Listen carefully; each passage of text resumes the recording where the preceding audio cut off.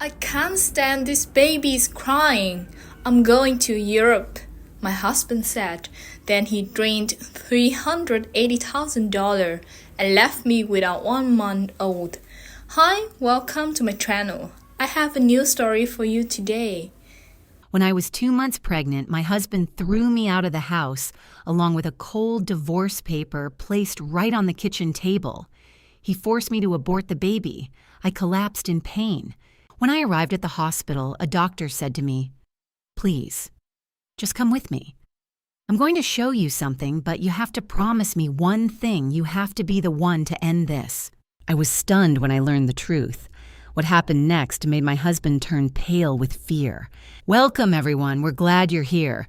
If you're wondering what this woman did next, follow us. The answer will surprise you. Don't forget to like, subscribe, and let us know where you're watching from. This is a fictional story. Any resemblance is purely coincidental, but the message is deeply meaningful. And now let's begin. The light was especially good that morning. It came through the floor-to-ceiling windows the way it always did in that apartment, wide and generous, filling every corner of the living room like the city outside was putting on a show just for us. 14th floor. Knoxville spread out below, unhurried and familiar. I had my coffee on the left side of the kitchen island, my laptop open to chapter 12, and a half-eaten piece of toast I kept forgetting about. The cursor blinked. I was in the middle of a sentence about a woman standing at the edge of something she couldn't quite name. I thought I understood that feeling in theory. By 10 o'clock, I would understand it completely. The knock came at 9 on the dot. 3 sounds. Measured and deliberate, the knock of someone who already knows you're home and has decided it doesn't need your permission to matter.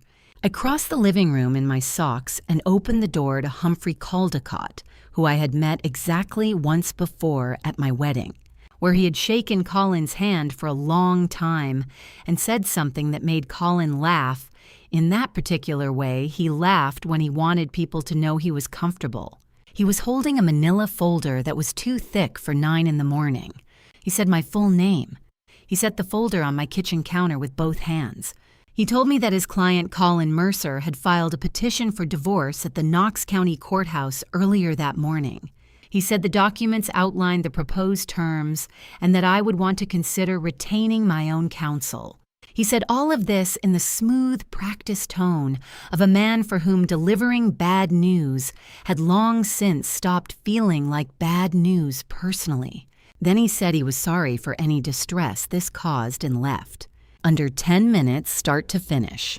I stood at the counter and stared at the folder after the door closed. The cursor on my laptop was still blinking somewhere behind me. Outside those big windows, the city looked exactly the same as it had 20 minutes ago, which felt like a personal offense. I was 2 months pregnant. Colin had known for 3 weeks. We had sat at this very island and talked about names, not seriously, just the tender exploratory way you do when something is still new. He had said he liked old-fashioned names. I had gone to bed that night feeling like I was standing at the beginning of something good. 3 weeks later, he filed before I woke up. I opened the folder. I was somewhere around page 4 when I heard the key in the lock. I didn't know there was a spare key. Colin had never mentioned it. So when the front door opened and Cheryl Forsyth walked in without knocking, without calling ahead, my first feeling wasn't anger. It was something colder and stranger, the realization that a space I believed was mine had never fully been mine at all. Cheryl Forsyth was 53 years old with the bearing of a woman who had stopped apologizing for taking up space a long time ago. She wasn't unkind exactly. She was something more specific decided. She had arrived with a conclusion already formed and was simply here to deliver it. She looked around the apartment the way you look at a hotel room you're checking out of. Then she looked at me. She said I should have my things out before Colin came home tonight. Said it the way you'd mention the weather. I remember the specific sensation of my eyes dropping to my own stomach and then back up to her face, waiting for her gaze to follow mine. It never did. In the entire time she stood in my apartment, Cheryl Forsyth never once looked at the place where her grandchild was growing. Not once. Not even by accident. She kept her eyes at a level that carefully, deliberately excluded that part of me from the conversation entirely. I don't know that I have ever felt more invisible while standing directly in front of someone. She left the spare key on the counter beside the divorce folder. Then she was gone. I packed the way you pack when your hands know what they're doing, but your brain is still 3 steps behind. The mid-size rolling suitcase from the closet, the one we'd used for a long weekend away 4 months ago, back when we still existed as an uncomplicated fact. Laptop. Charger. 2 changes of clothes from the left side of the closet because the right side had been slowly colonizing toward Colin's half, and I didn't want to think about the geography of that right now. My prenatal records from the nightstand drawer, the divorce folder, all 30 pages tucked under my arm like something I had chosen to carry. I did one slow pass through the apartment before I left. I don't know what I was looking for. The laptop was still open to chapter 12. The woman in my story was still standing at the edge of something she couldn't name. I closed the screen. I zipped the suitcase. I walked out and pulled the door shut and turned the key from the outside, and the small definitive click of that bolt sliding home was the loneliest sound I had heard in a long time. The hallway was quiet, the way expensive buildings are always quiet, thick carpet, good insulation, everything muffled down to almost nothing. I stood at the elevator with my suitcase in one hand and the divorce papers tucked under my arm, and I pressed the button for the ground floor. The doors opened. I stepped in, turned around, watched the 14th floor disappear as the doors slid shut. I didn't know where I was going. Not in the way that mattered.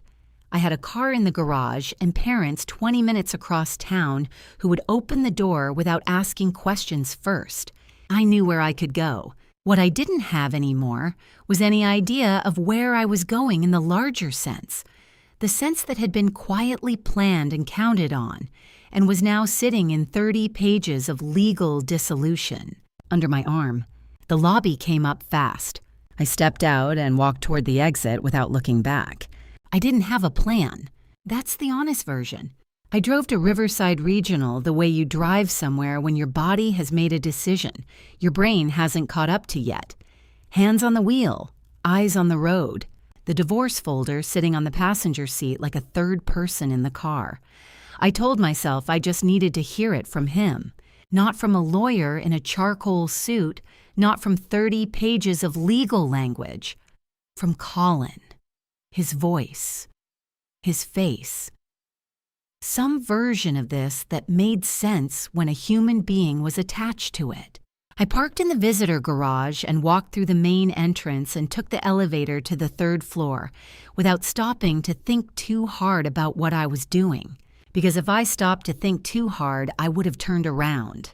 I found him in the corridor outside the internal medicine clinic. He was standing with Desmond Fogarty, tall, broad-shouldered, the kind of easy confidence that comes from being good at something physically demanding. They were mid-conversation. Both of them relaxed Colin with one hand in his coat pocket, the way he always stood when he felt like the smartest person in the room, which was most rooms. He saw me before I said a word. Something moved across his face, not guilt exactly, more like the particular expression of someone who had anticipated an inconvenience and was now calculating the fastest way to manage it. He said something brief to Desmond, touched his arm once, and crossed the corridor toward me.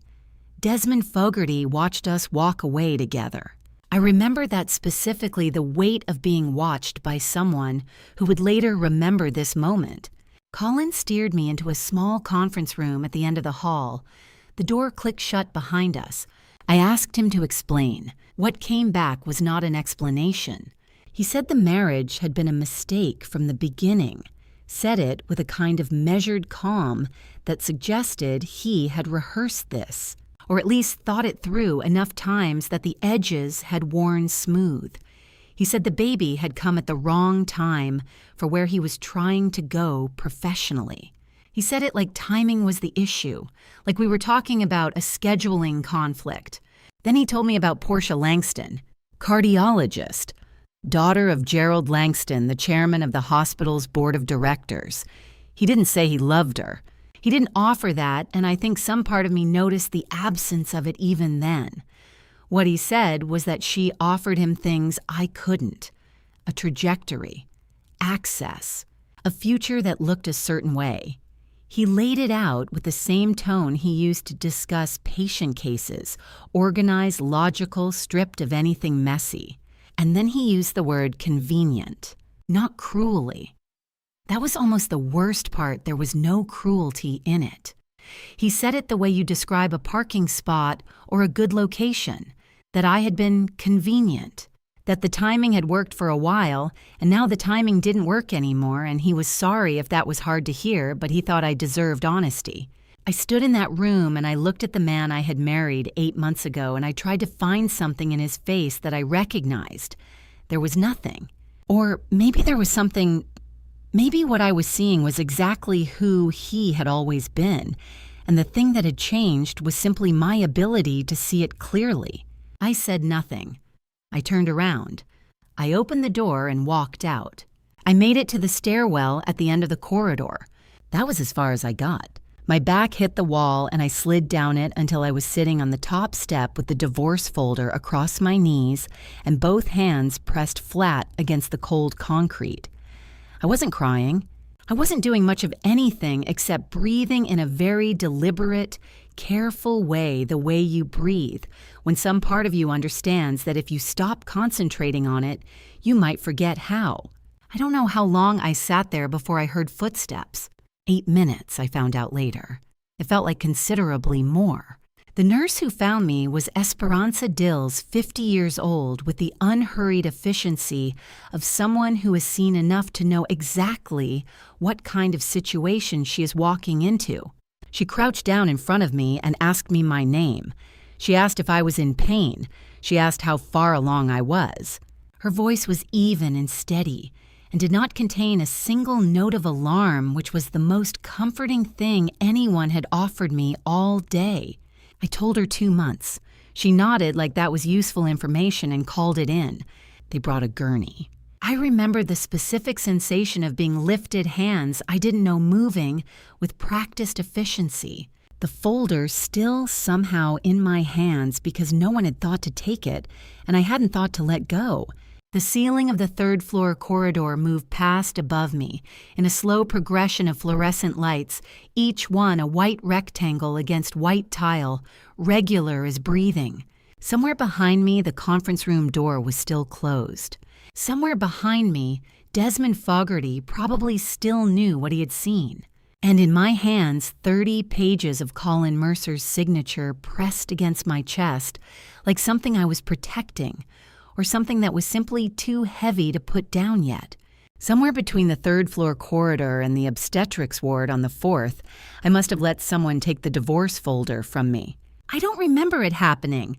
One moment, it was there, pressed against my chest, and then I was in a bed, with a thin blanket pulled to my waist and both hands empty, and the folder was on the bedside table, squared off neatly, like someone had taken a moment to align its edges. That small, careful gesture from a stranger in the middle of everything was the first thing that made my throat tighten in a way that had nothing to do with fear. The doctor who came in that first evening was Dr. Rosalind Vega. She didn't ask me what happened. She didn't ask me anything that wasn't strictly medical. She introduced herself, noted my chart, and said she wanted to do an ultrasound before anything else. She said it the way you'd say, "Let's start at the beginning," which I realized was exactly what she meant. The room was dim. The gel was cold. I stared at the ceiling while Dr. Vega worked, and I was aware of holding my breath in a way I hadn't been aware of since the stairwell.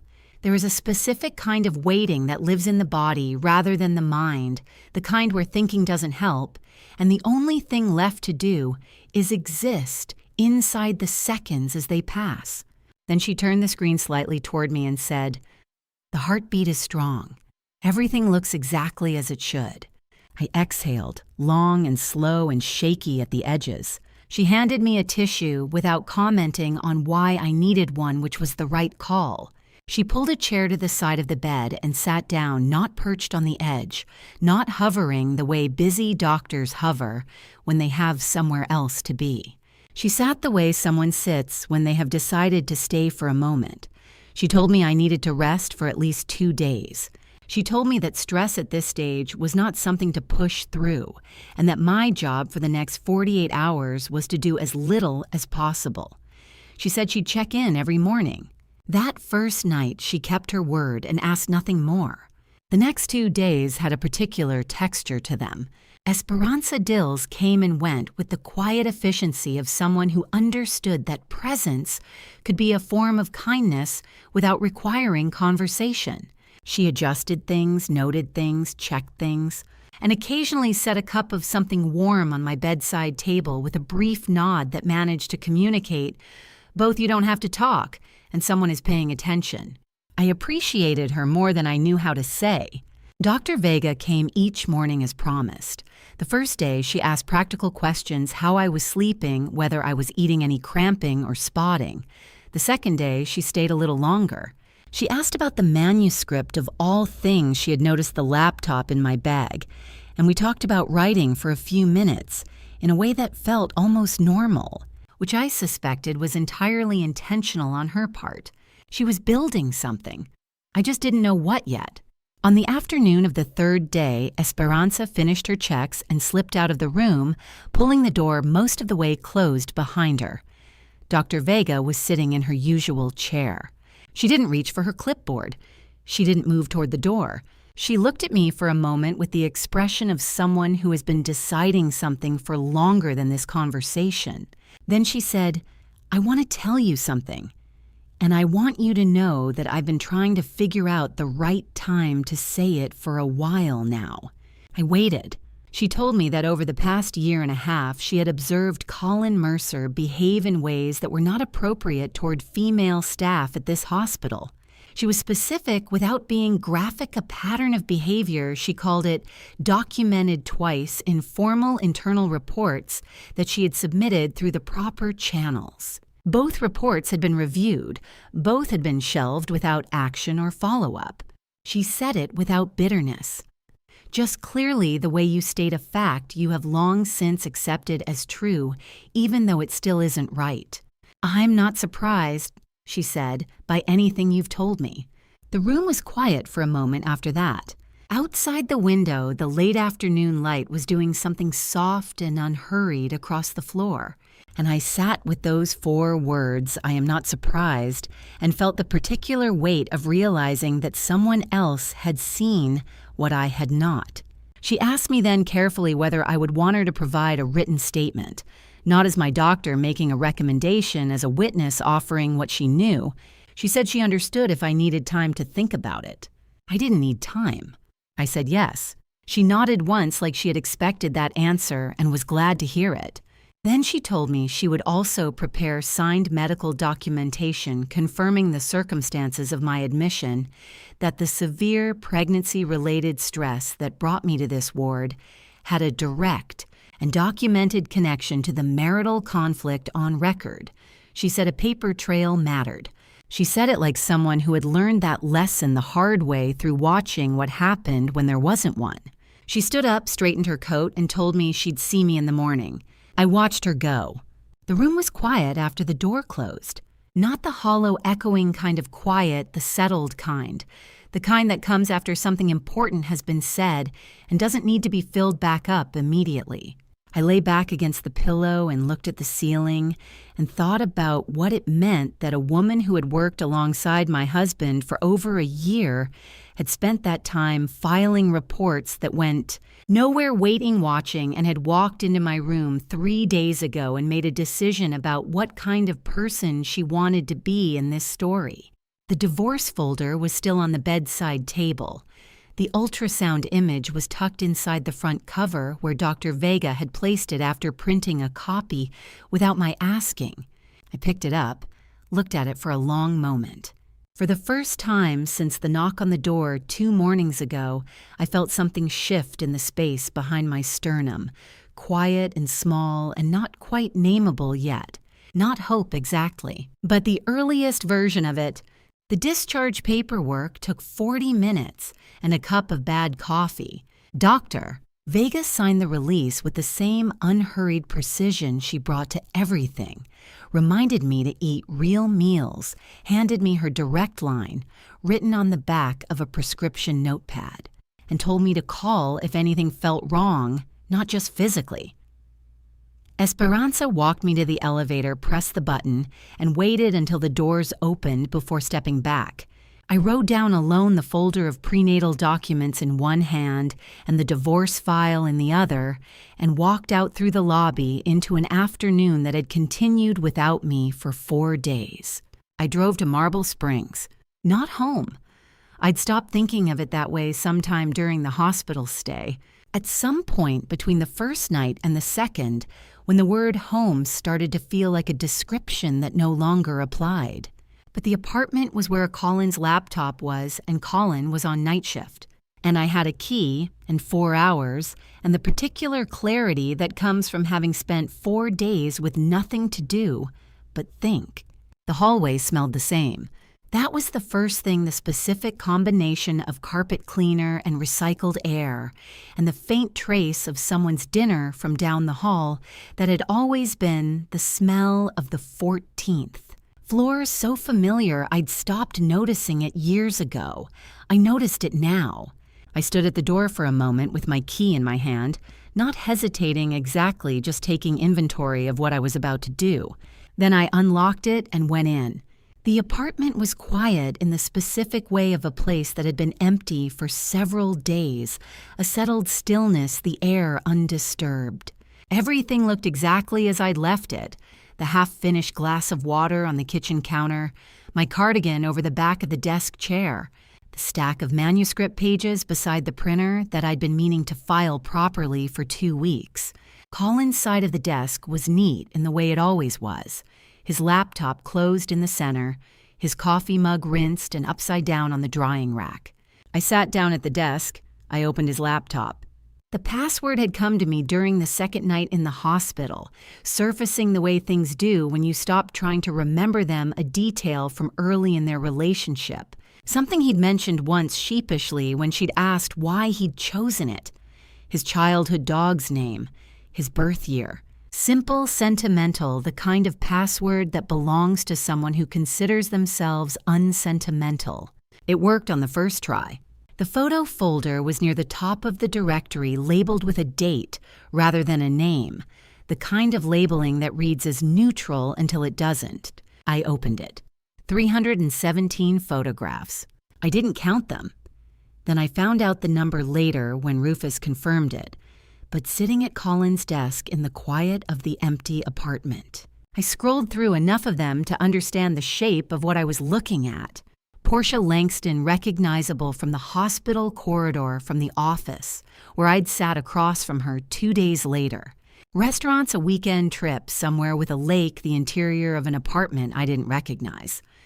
The timestamps began 3 months after our wedding. 3 months. We'd still been buying furniture. I sat with that for a moment, not with the emotion of it, which was there, but felt distant, as though it belonged to someone standing slightly behind me, but with the arithmetic. 3 months in. 5 months of photographs, the whole span of it overlapping with the whole span of our marriage running parallel and underneath, like a second story being written in the margins of the first. I took screenshots of the first page of the folder and the last. Then I kept looking. The lease was in a subfolder nested inside a folder of medical journal articles, the kind of location that reads as accidental until you realize nothing on a neat person's laptop is accidental. The document was 11 pages formal and complete. Portia Langston listed as tenant. Colin Mercer listed as guarantor, the Tennessean $3,200 per month. Behind the lease were the payment confirmations. I read through them slowly. Month 1 month, 2 month 3. Each one time-stamped, each one processed from an account I recognized as Colin's personal account. The one he'd always described as a holdover from before we combined finances, the one he'd said he kept for professional expenses. Month 4, month 5, running parallel to our own rent, our own utilities, the ordinary financial architecture of a shared life, all of it paid quietly on time, without a word. I did the math while I was sitting there. More than $6,000 a month for nearly 5 months, a number large enough to require sustained, deliberate effort. Not a mistake, not an oversight. A decision made and remade every month for the better part of a year. I photographed every page. The third document was in the main folder labeled with nothing but a set of initials and a date. I almost passed over it. I opened it because it was the only file without a descriptive name, and in my experience, the things that aren't labeled are the things someone decided not to label for a reason. 12 pages. The header read, Psychological Evaluation Report. The subject was listed by initials that were mine. The evaluating physician was listed as Colin Mercer, MD. I read it from the beginning. By page 3, I understood what it was. By page 7, I understood what it was for. The report diagnosed the subject, me, with severe emotional instability and described a pattern of erratic behavior, poor impulse control, and an inability to maintain consistent routines. The language was precise and clinical and authoritative, the kind that reads as expertise until you know enough to recognize that expertise has a specific texture, and this wasn't quite it close, but assembled rather than inhabited the way a very good imitation reads when you've seen the original. Colin was an internal medicine physician. He had no psychiatric training, no licensing in psychological assessment, no credentials that would allow him to produce this document in any official capacity. He had produced it anyway, signed it with his medical title, and based on the filing references in the final paragraph, submitted it as supporting documentation in the custody proceedings. He had written a false report, signed it with a real credential, and used it to argue that I was unfit to raise our child. I sat at his desk for a long time after I finished reading. Then I photographed every page, closed the laptop, and left it exactly as I'd found it. The parking garage was dim and cool, the evening settling into the concrete around me. I sat in the driver's seat and went through the screenshots, 317 photographs, the lease, with 5 months of confirmations, 12 pages of a report that shouldn't exist. I looked at each one carefully the way you look at something when you want to make sure you're seeing it clearly and not simply seeing what you expected to find. I had expected to find something. I hadn't expected to find this. There's a difference between suspecting a thing and holding the evidence of it in your hands. One lives in the part of the mind that asks questions. The other lives somewhere quieter and more permanent, the place where things become true and stay true, regardless of what you do with them afterward. I put the phone in my bag. I started the car. The garage exit opened onto the street, and the street opened onto the city, and the city was doing what it always did in the early evening, moving indifferent, full of people whose Tuesday contained nothing more complicated than the drive home. I pulled out and joined them. The days after the hospital had a particular texture to them, slow and slightly unreal, like moving through water that hadn't quite decided to be water yet. I was staying in my parents' guest room. The bed was the same one I'd slept in during school breaks, the mattress familiar in all the wrong places, the window facing the oak tree that had grown 3 feet taller than I remembered. Doctor. Vega had been clear rest, real meals, no stress if avoidable. I was managing 2 out of 3. I slept too much, or not at all ate, when Peggy put food in front of me and spent the hours in between opening my laptop, reading the same paragraph 4 times, and closing it again. The evidence was still on my phone, locked in a password-protected folder I'd checked once to confirm it was there and hadn't opened since. 317 photographs. A 12-page evaluation signed by someone with no qualifications to sign it. A lease with a name that wasn't mine. I knew what I had. I just hadn't decided yet what to do with the weight of it. That night, I'd turned the light off early. The room was dark except for the street light coming through the gap in the curtains, a thin stripe of orange across the ceiling that I'd been staring at for 20 minutes, not sleeping, not thinking about anything specific, just existing in the particular blankness that comes when the body is tired and the mind refuses to follow. My phone lit up at 11:45. Unknown number. I almost let it go. I watched it ring twice, 3 times my thumb hovering, and then answered some instinct I couldn't explain, the same one that sometimes makes you pick up a book you've been avoiding for weeks. Is this Molly? The voice was even. Not aggressive, not apologetic. Just a voice asking a question. Yes, I said. My name is Kelsey Briard. I'm sorry to call this late. I wasn't sure I'd actually do it until I did. I sat up in the dark. How did you get this number? My sister. She used to work at Riverside Regional, not in your ward. She wouldn't have had access. But she knows people, and I asked her to find a way to reach you. A pause. I know that sounds strange. I just didn't know another way to do this. I didn't say anything. I waited. I dated Colin Mercer for almost 4 years, she said. She told it the way someone tells a story they've rehearsed in their head for a long time, not because they want to perform it, but because they've gone over it so many times alone that the words have worn smooth. They met through mutual friends. They dated for nearly 4 years, the kind of relationship that accumulates a life around it, shared furniture inside jokes, the specific rhythms of another person's mornings. She described it without sentimentality, just the plain facts of it, the way you describe something that happened to you before you knew how it would end. 3 weeks before Colin moved to Knoxville for his residency, he called her. 22 minutes, she said. I looked at the call log afterward. He ended 4 years in 22 minutes. Another pause. He'd already signed the lease. I found that out later. He'd signed it 2 months before he called me. She discovered she was pregnant 6 weeks after he left. She waited 2 more weeks before contacting him, hoping, she said, though she didn't say for what exactly. He responded once, a brief message that acknowledged the information without engaging with it. The kind of reply that says everything by saying almost nothing. She's 4 now, Kelsey said. He has never met her, not once. The stripe of orange light on my ceiling hadn't moved. I was sitting up in bed with my knees to my chest, the phone pressed to my ear, and I was thinking about a little girl who was 4 years old and had a father who lived 300 miles away and had chosen every day for 4 years not to make the drive. There's something else, Kelsey said. She told me about Cheryl. A woman had come to her apartment about 6 months ago, middle-aged, well-dressed, carrying a bag that looked like it cost more than Kelsey's monthly rent.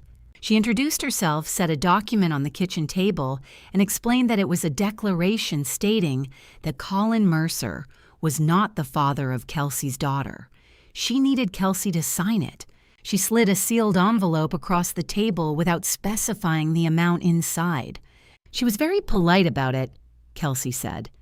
That was the strange part. Like she was asking me to sign a permission slip. Kelsey told her to leave. The woman gathered her bag without argument and went to the door. She left the document on the table.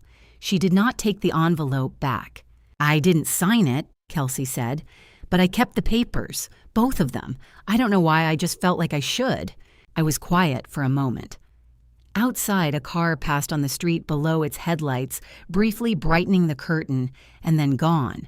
Why are you calling me? I asked, not accusatory. I genuinely wanted to know. Because my sister called me when a woman matching your description was brought into Riverside Regional, she said. And because I've been sitting with this for 4 years, and I think the truth should go somewhere other than my kitchen table. We agreed to meet, a diner near the university the following morning. She knew the one her sister lived 2 blocks away. Before she hung up, she said, I'm not calling to cause you trouble. I know, I said. I just thought you should know you're not the first. After the call, I stayed sitting in the dark for a long time. Not the first. The words rearranged themselves in the quiet of the room, finding different shapes. Not the first person he'd built something with and walked away from. Not the first person left holding a life he'd decided didn't fit anymore. Not the first woman who'd looked up one day and found the ground had shifted without warning. There was something almost clarifying about it. Not comfort, nothing about it was comfortable. But clarity, the cold kind. The kind that comes when a thing you suspected turns out to be true, and the not knowing was worse than the knowing. I put my hand on my stomach. The baby was still the way she often was, at night saving her movement for the evenings when I sat down to write, as if she already knew the schedule. I lay back down. The orange stripe on the ceiling. The oak tree outside. I didn't sleep for a while. But when I finally did, I didn't dream about any of it. Sometimes the mind knows when to let a thing settle without interference. In the morning, I got up, got dressed, and drove to the diner. Morning came in through the curtains, whether I wanted it to or not. I dressed without thinking too hard about it, ate half a piece of toast at my mother's kitchen table while she moved around behind me pretending not to watch, and drove across town to a diner near the university campus that Kelsey had suggested, the kind of place with laminated menus and coffee that arrives before you ask for it, and a particular Friday morning crowd of grad students and regulars who are all pointedly minding their own business. Kelsey Briard was already there when I walked in. She was sitting in a booth toward the back, facing the door with a manila envelope on the table in front of her, and both hands wrapped around a coffee mug. She was younger looking than I had expected from her voice on the phone, or maybe just different. She had the kind of face that had probably been pretty in a soft way before life got specific with it. She watched me cross the room and didn't smile exactly, but she nodded in a way that said, "I see you, and sit down, and we have things to get through all at once." I sat down. The coffee arrived. We looked at each other for a moment across the table. "Thank you for coming," she said. "Thank you for calling," I said. Then she opened the envelope. 3 things, laid out in order with the deliberateness of someone who had thought carefully about the sequence. First, the photographs printed on regular paper, slightly grainy, the kind you produce when you want a physical record of something that lives on a device. Colin, at 25-26, younger and less polished than the man I had married, but recognizable in all the ways that mattered. The 2 of them at a birthday party, at what looked like a graduation dinner.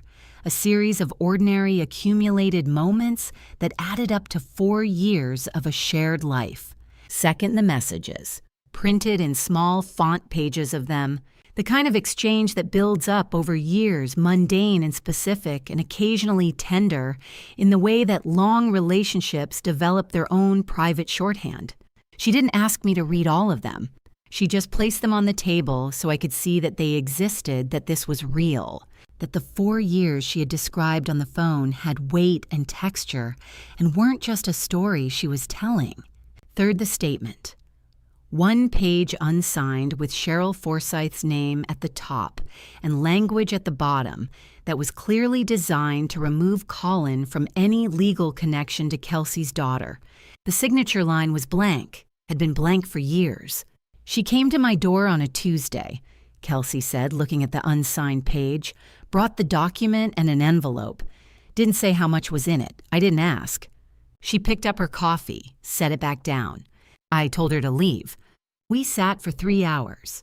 I had expected something rawer anger or grief still close to the surface, the kind of emotion that comes when someone has been carrying something heavy for a long time. But Kelsey Briard had already done that work. Whatever she had felt in the years immediately after Colin left, she had processed it somewhere private and long ago, and what remained was something steadier.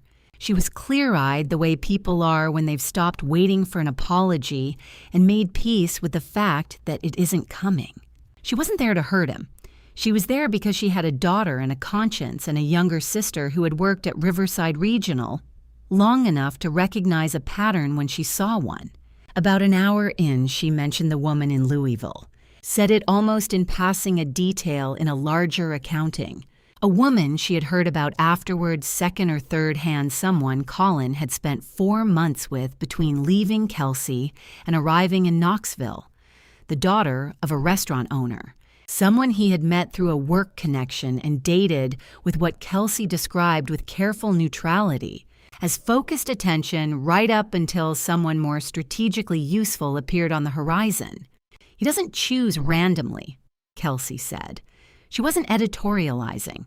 She was observing the way you observe something you've had a long time to study. He looks for a fit, something that works for where he's trying to go. And when the fit stops working, she lifted one hand slightly off the table and set it back down. The gesture said everything the sentence didn't need to finish. I sat with that across the table from her, the coffee in front of me long since gone cold. And I turned it over in my mind the way you turn over something you suspected was true, but hadn't yet let yourself state plainly. I had not been a beginning. I had not been a choice made from feeling or instinct or any of the things people tell themselves are behind the decisions that shape their lives. I had been a fit, a function. A chapter in a sequence that had started long before I walked into Fairbanks' table and met a man who said old-fashioned names were underrated. There had been Kelsey, then the woman in Louisville, then me. And now Portia Langston with her father's name on the hospital letterhead and her access to things Colin had always been moving toward. The pattern wasn't complicated. It was just something I hadn't been able to see from inside it. We split the check. Kelsey let me keep the copies, the photographs, the messages, the unsigned statement, and we stood in the parking lot for a moment in the thin, late morning sun. 2 women who had come into this conversation as strangers and were leaving it as something harder to name. "Good luck," she said. "You too," I said, and meant it more than the words could carry. I sat in my car for a while after she drove away. The manila envelope was on the passenger seat. Outside the campus moved at its own pace students' bikes, the ordinary forward motion of people who had somewhere to be.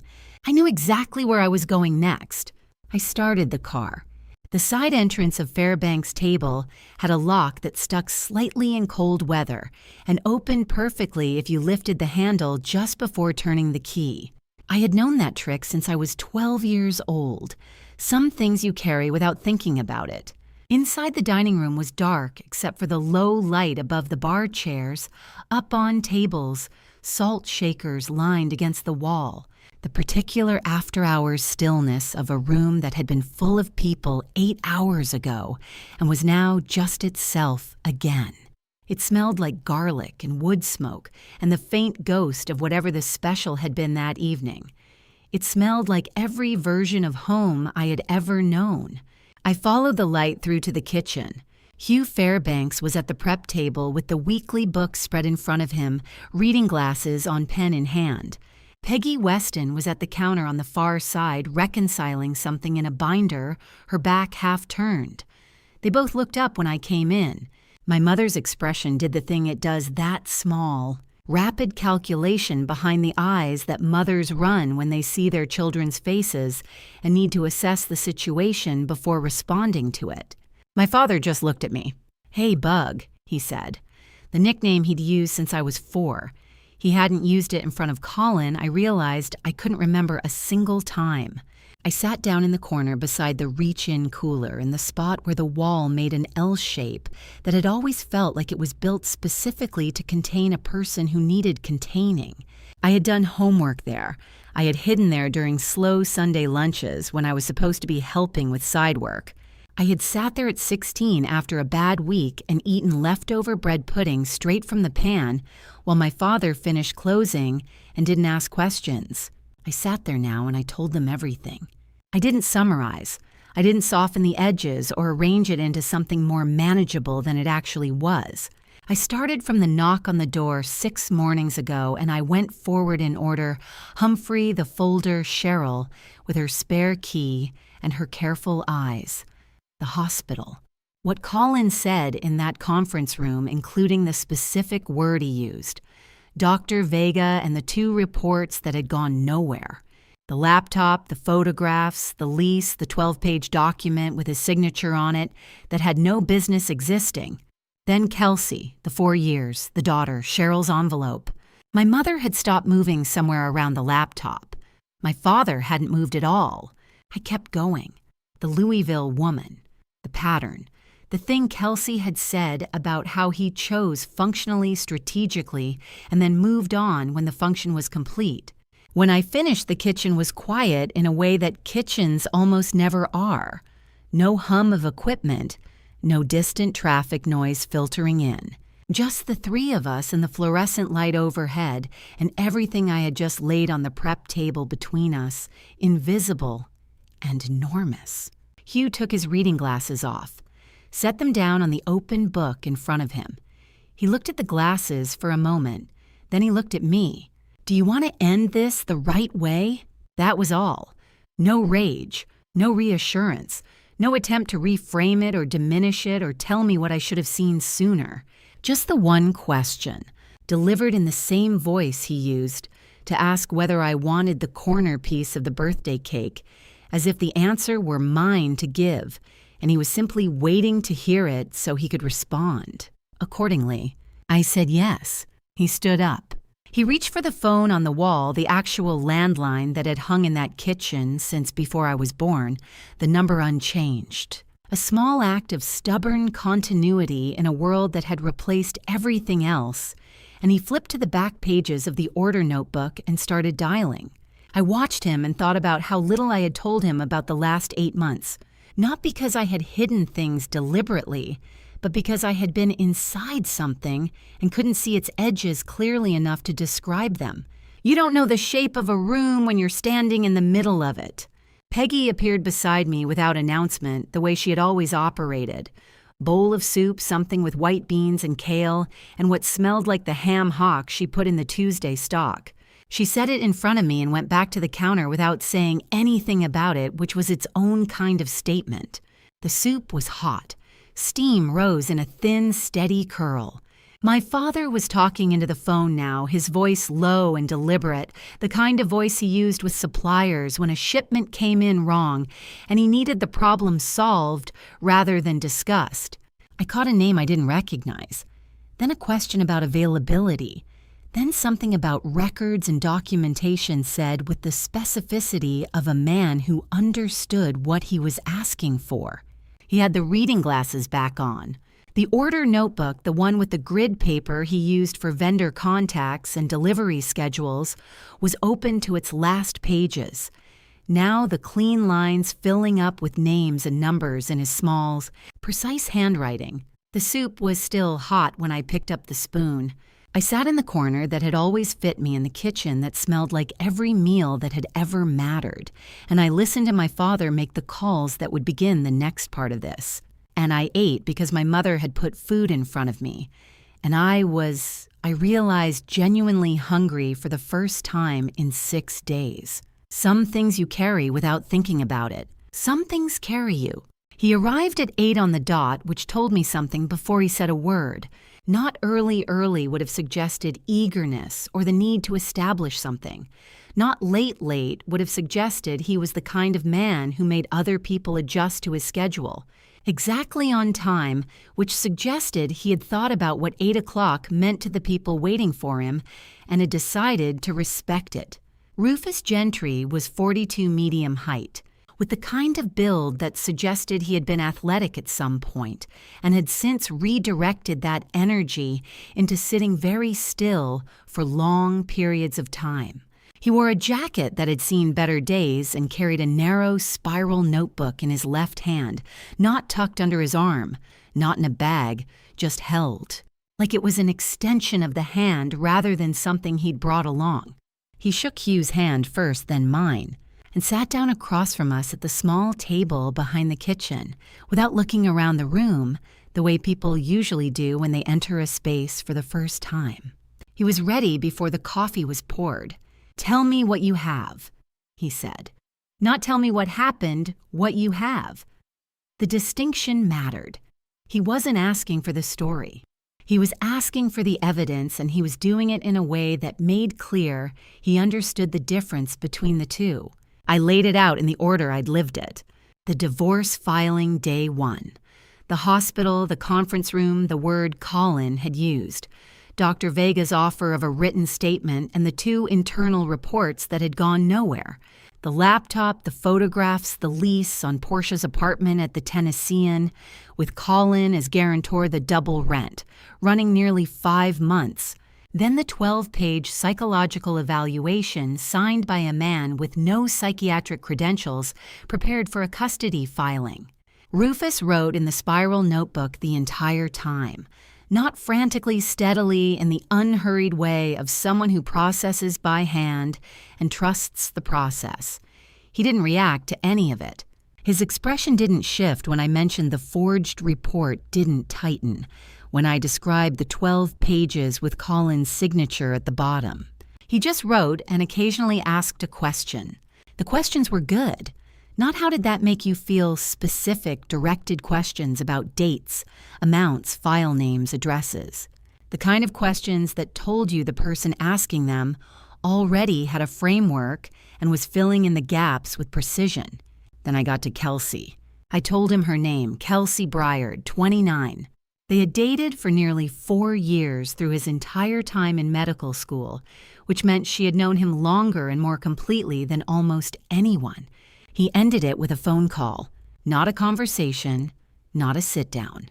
A phone call 3 weeks before he relocated to Knoxville to begin his residency using language about timing and focus, and this next chapter professionally. When Kelsey asked to talk in person, he said he didn't think that would be helpful. She found out afterward that he had signed the lease on his Knoxville apartment 2 months before that call. He had known he was leaving for 2 months. He had said nothing. He had shown up, been present, let her believe they were moving towards something, and then called when the moving truck was already scheduled. The call lasted 22 minutes. 6 weeks later, Kelsey found out she was carrying his child. She called him. He answered. She told him. The silence on the line went long enough that she thought the call had dropped, and then he said he appreciated her telling him and hoped she would make whatever decision was right for her, and that he had to get back to his shift. He never contacted her again. Their daughter was 4 years old now. He had acknowledged her existence once in a call shorter than a lunch break, and then continued building his career in a city 300 miles away, as if the conversation had never happened. Rufus's pen had slowed while I was talking, not stopped, slowed. I kept going. Then came Cheryl. A few years back, a woman had shown up at Kelsey's door without calling ahead. Cheryl Forsyth Collins' mother. She had brought 2 things, a prepared statement declaring that Kelsey's daughter had no biological connection to Colin, and a separate envelope she set on the kitchen table without opening. Kelsey asked what was in the envelope. Cheryl said it was hers if she signed. Kelsey told her to leave. Cheryl said she hoped Kelsey would reconsider that this was cleaner for everyone, that there was no future in pursuing something Colin had clearly moved past. She said it the way someone says a thing they've rehearsed enough times that it no longer sounds like what it is. Kelsey held the door open until she walked through it. She kept the unsigned document. She brought it to me 2 days ago, I told Rufus. It's in that envelope. He looked up from the notebook. Not with surprise, with the expression of someone who has just received a piece that fits exactly where he needed it to go. Good, he said. Just that. I pushed the 3 items across the table. The phone with the backed-up photo folder, Kelsey's envelope photographs, messages, the unsigned statement. Portia's address at the Tennessean on a piece of paper. Rufus looked at each, in turn asked 3 more precise questions, squared the papers, and set the notebook on top. He did not say it would be okay. He said none of the things people say when they want you to feel better before they've done anything to make it better. 3 days to a first report, he said, possibly sooner. What do I do in the meantime? Nothing. He glanced at Hugh, then back at me. Don't contact him. Don't contact her. Don't move anything or tell anyone who doesn't already know. Let me work. Hugh walked him to the back door. I stayed at the table and listened to 2 men who had worked together before and didn't need to perform trust because it was already established. The door opened. Closed. I refilled my coffee and sat with both hands around the mug. 3 days. I could do 3 days. I had made it through 7 already, and those had been the ones without any help. The 3 days had passed the way waiting always passes when you have too much to think about and nothing useful to do with your hands slowly at the edges in a blur through the middle. I had written. Not the manuscript I hadn't been able to touch that yet, but in a notebook I'd bought at a drugstore, filling pages with dates and amounts and sequences of events, trying to organize what I knew into something that held together under scrutiny. It helped the way making lists helps not by solving anything, but by externalizing the weight of it, so your brain isn't carrying it alone. Rufus arrived at the restaurant just after 2 in the afternoon. He came through the back door, same as before.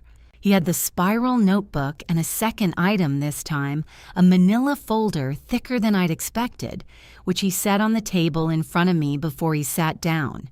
He didn't open it immediately. He poured himself coffee from the carafe Peggy had left on the warmer, sat across from me, and placed one hand flat on the folder. 3 items, he said. We'll go through them in order. The first was the bank account. Colin had an account at a branch 40 minutes outside Knoxville, a small regional bank, the kind that doesn't advertise much and doesn't ask many questions about where money comes from as long as it arrives consistently. The account was in his name alone. I had never been listed on it, never been told about it, never had any reason to know it existed. The current balance was over $47,500. Rufus slid a page across the table, a summary of deposits going back through the duration of our marriage. Regular transfers, modest amounts sourced from a category Colin had labeled in his personal accounting as miscellaneous living expenses, not large enough individually to draw attention, accumulated over 8 months into a number that had no business existing in a separate account that his wife didn't know about. I looked at the page for a long moment. He was building it from the beginning, I said. Rufus didn't confirm or deny. He just moved to the second item. The life insurance policy had been taken out 4 months into our marriage. $750,000. My name as beneficiary, which had seemed at the time like the responsible thing a husband does, the kind of practical, grown-up gesture that signals I am thinking about your future. 3 weeks before he filed the divorce papers, he had submitted a change of beneficiary form. The new name was not mine. It was not a family member I recognized. It was a name that meant nothing to me, attached to nothing I could trace, which Rufus said quietly was consistent with a placeholder arrangement, a name used to remove the original beneficiary, while a permanent replacement was being determined. He changed it before he filed, I said because I needed to hear the sequence out loud, 22 days before Rufus said. I sat with that. 22 days. He had been sitting across from me at dinner, sleeping in the same bed, going through the motions of a marriage he had already begun, legally and financially dismantling. He had submitted the paperwork, waited for the processing confirmation, and continued showing up to the life we supposedly shared.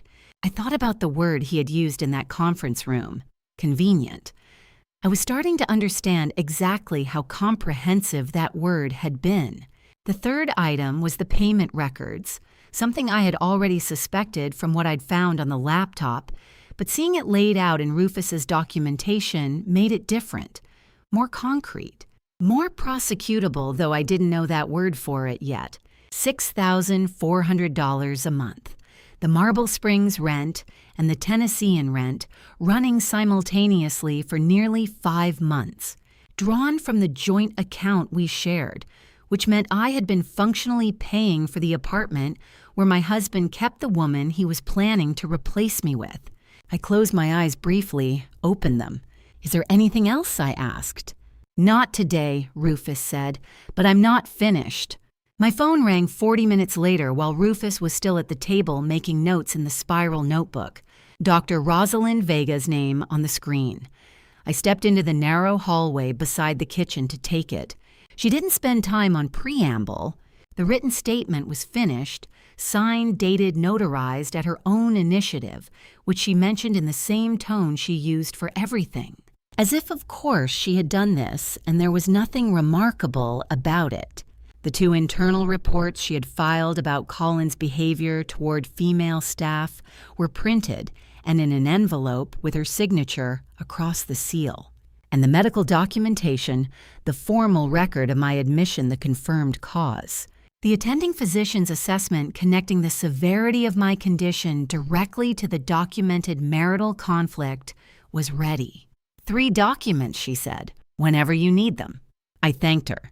She said there was nothing to thank her for and hung up in the efficient way of someone who had other patients and had said what she called to say.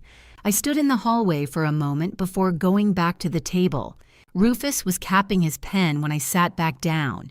I looked at what was spread across the table in front of me, his summary pages, the deposit records, the insurance documentation, and now in my mind the 3 items. Doctor. Vega was holding, and I tried to reconcile it with the version of reality I had been living in 8 months ago, when the biggest question in my life was whether the woman in Chapter 12 should leave the city or stay. Colin had built something against me. He had built it carefully in layers over a period of months, with the same methodical patience he brought to everything he decided mattered. A forged evaluation, a secret account, a changed beneficiary, a second apartment. A plan that assumed I would be too overwhelmed, too isolated, or too naive to look clearly at what was in front of me. He had not accounted for a father who knew a good investigator. He had not accounted for a doctor who kept her reports even when nobody acted on them. He had not accounted for a woman on the other end of a midnight phone call who had kept an unsigned document for years because some part of her knew it might matter someday. What he had built was not stronger than what was being built in return. Not even close. I had not been back to Riverside Regional since the morning Esperanza Dills found me on the stairs. Walking through the main entrance felt different this time. The lobby had the same neutral colors, the same information desk, the same faint institutional smell of antiseptic underneath the effort to smell like something else. But I was different. 10 days ago, I had come here with no plan and no footing. Today, I had both. I took the elevator to the cardiology floor and found the door with Portia Langston's name on it at the end of a carpeted corridor that was quieter than the floors below, a small waiting area with 4 chairs, a frosted glass panel beside the door. I sat in one of the chairs and I waited. 20 minutes. I counted those too, the same way I would later count the seconds inside her office. There is something clarifying about counting it, gives the mind something precise to do when the body is required to stay still. 2 patients came and went. A nurse crossed the hallway twice without looking at me. The frosted glass went dark when the last patient left, and then the door opened and a woman in her mid-40s stepped out, said goodnight to no one in particular, and disappeared around the corner. The office was quiet. I stood up, walked to the door, and knocked once before opening it. Portia Langston was sitting behind a large desk with her reading glasses pushed up on her head and a patient file open in front of her. She looked up when I came in with the particular expression of someone who was not expecting another appointment and was rapidly reassessing the situation. I closed the door behind me. She was beautiful in the way that a certain combination of money, time, and access makes people beautiful. Not natural exactly, but achieved, maintained. The result of consistent and expensive effort applied over years. Everything about her was deliberate, the way she sat, the way her hands rested on the desk, the way she looked at me with the composed attention of a woman who had been taught somewhere along the way that showing surprise was a form of weakness. She asked what she could do for me. I crossed the room and placed the photographs on the desk between us. The printed copy's 317 images reduced to a careful selection of the most legible, the most unambiguous. The ones where Colin's face and her face were both fully visible and the context required no interpretation. She looked down at them. Then she looked up at me, and she said nothing.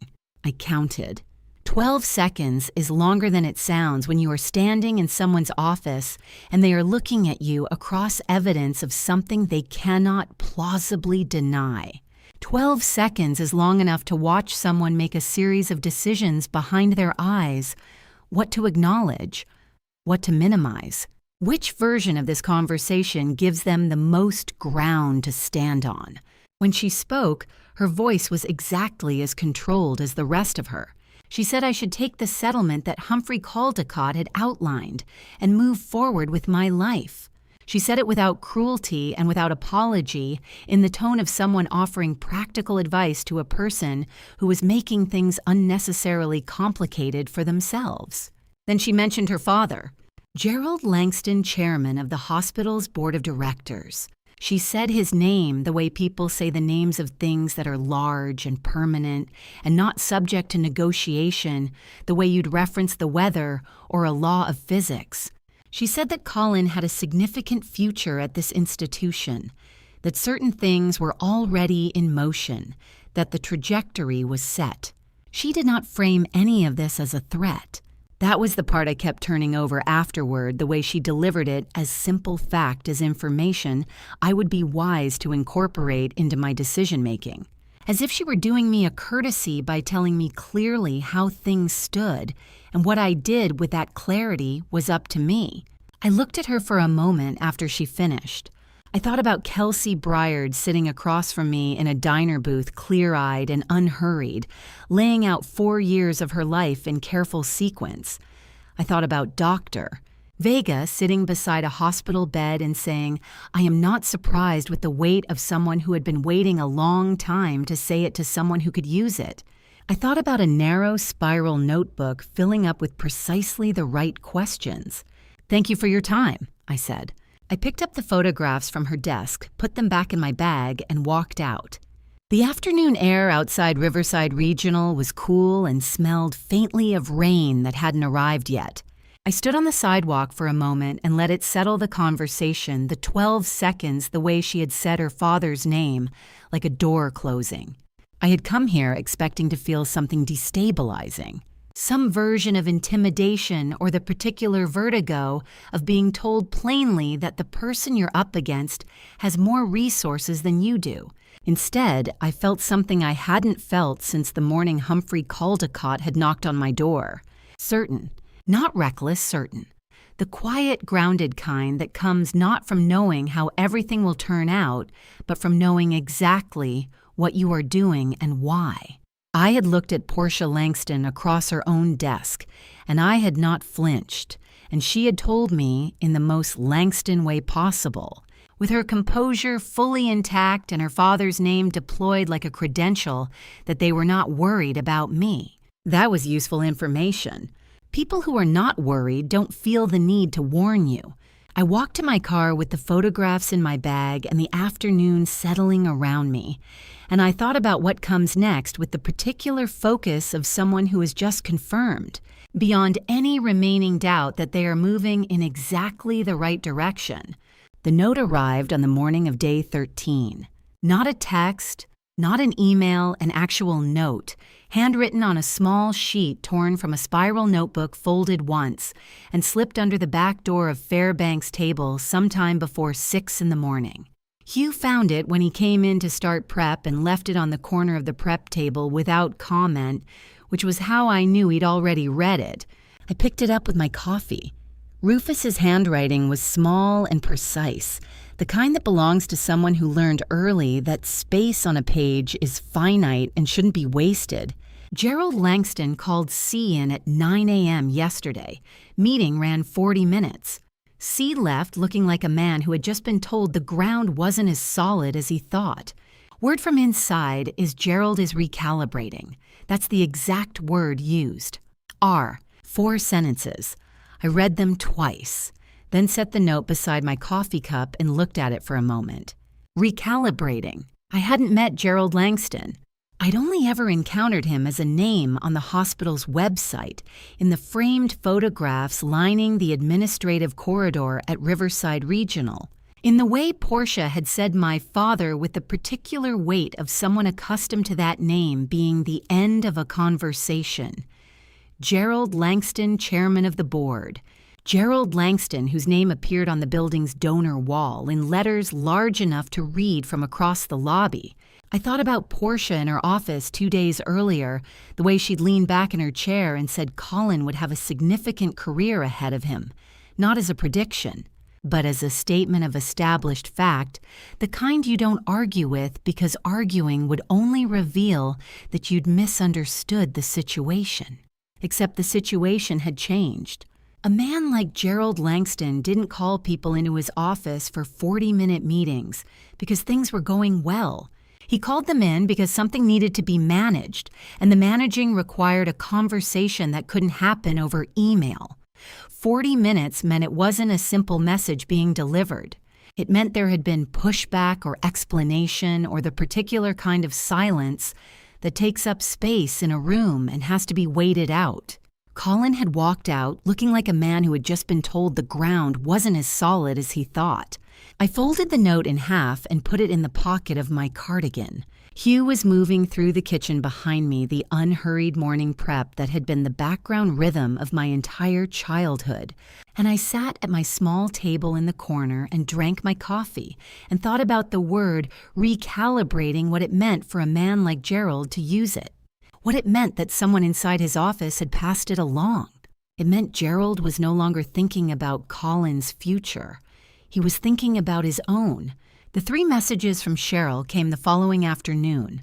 I was at the back table when my phone lit up 3 notifications in the space of 4 minutes, all from the same number. The one I'd saved under her name after the morning she'd used a spare key and told me to be gone before Colin came home. I hadn't deleted it. I wasn't sure why some instinct toward completeness, the same one that makes you keep documents you hope you'll never need. I set down my pen and read them in order. The first was measured almost formal. She was reaching out because she thought a conversation between us, private and without lawyers, might be beneficial for everyone involved. She used the phrase moving forward twice. The second, sent 8 minutes after the first, was shorter. She said she understood this was a difficult time and that she only wanted what was best for the situation.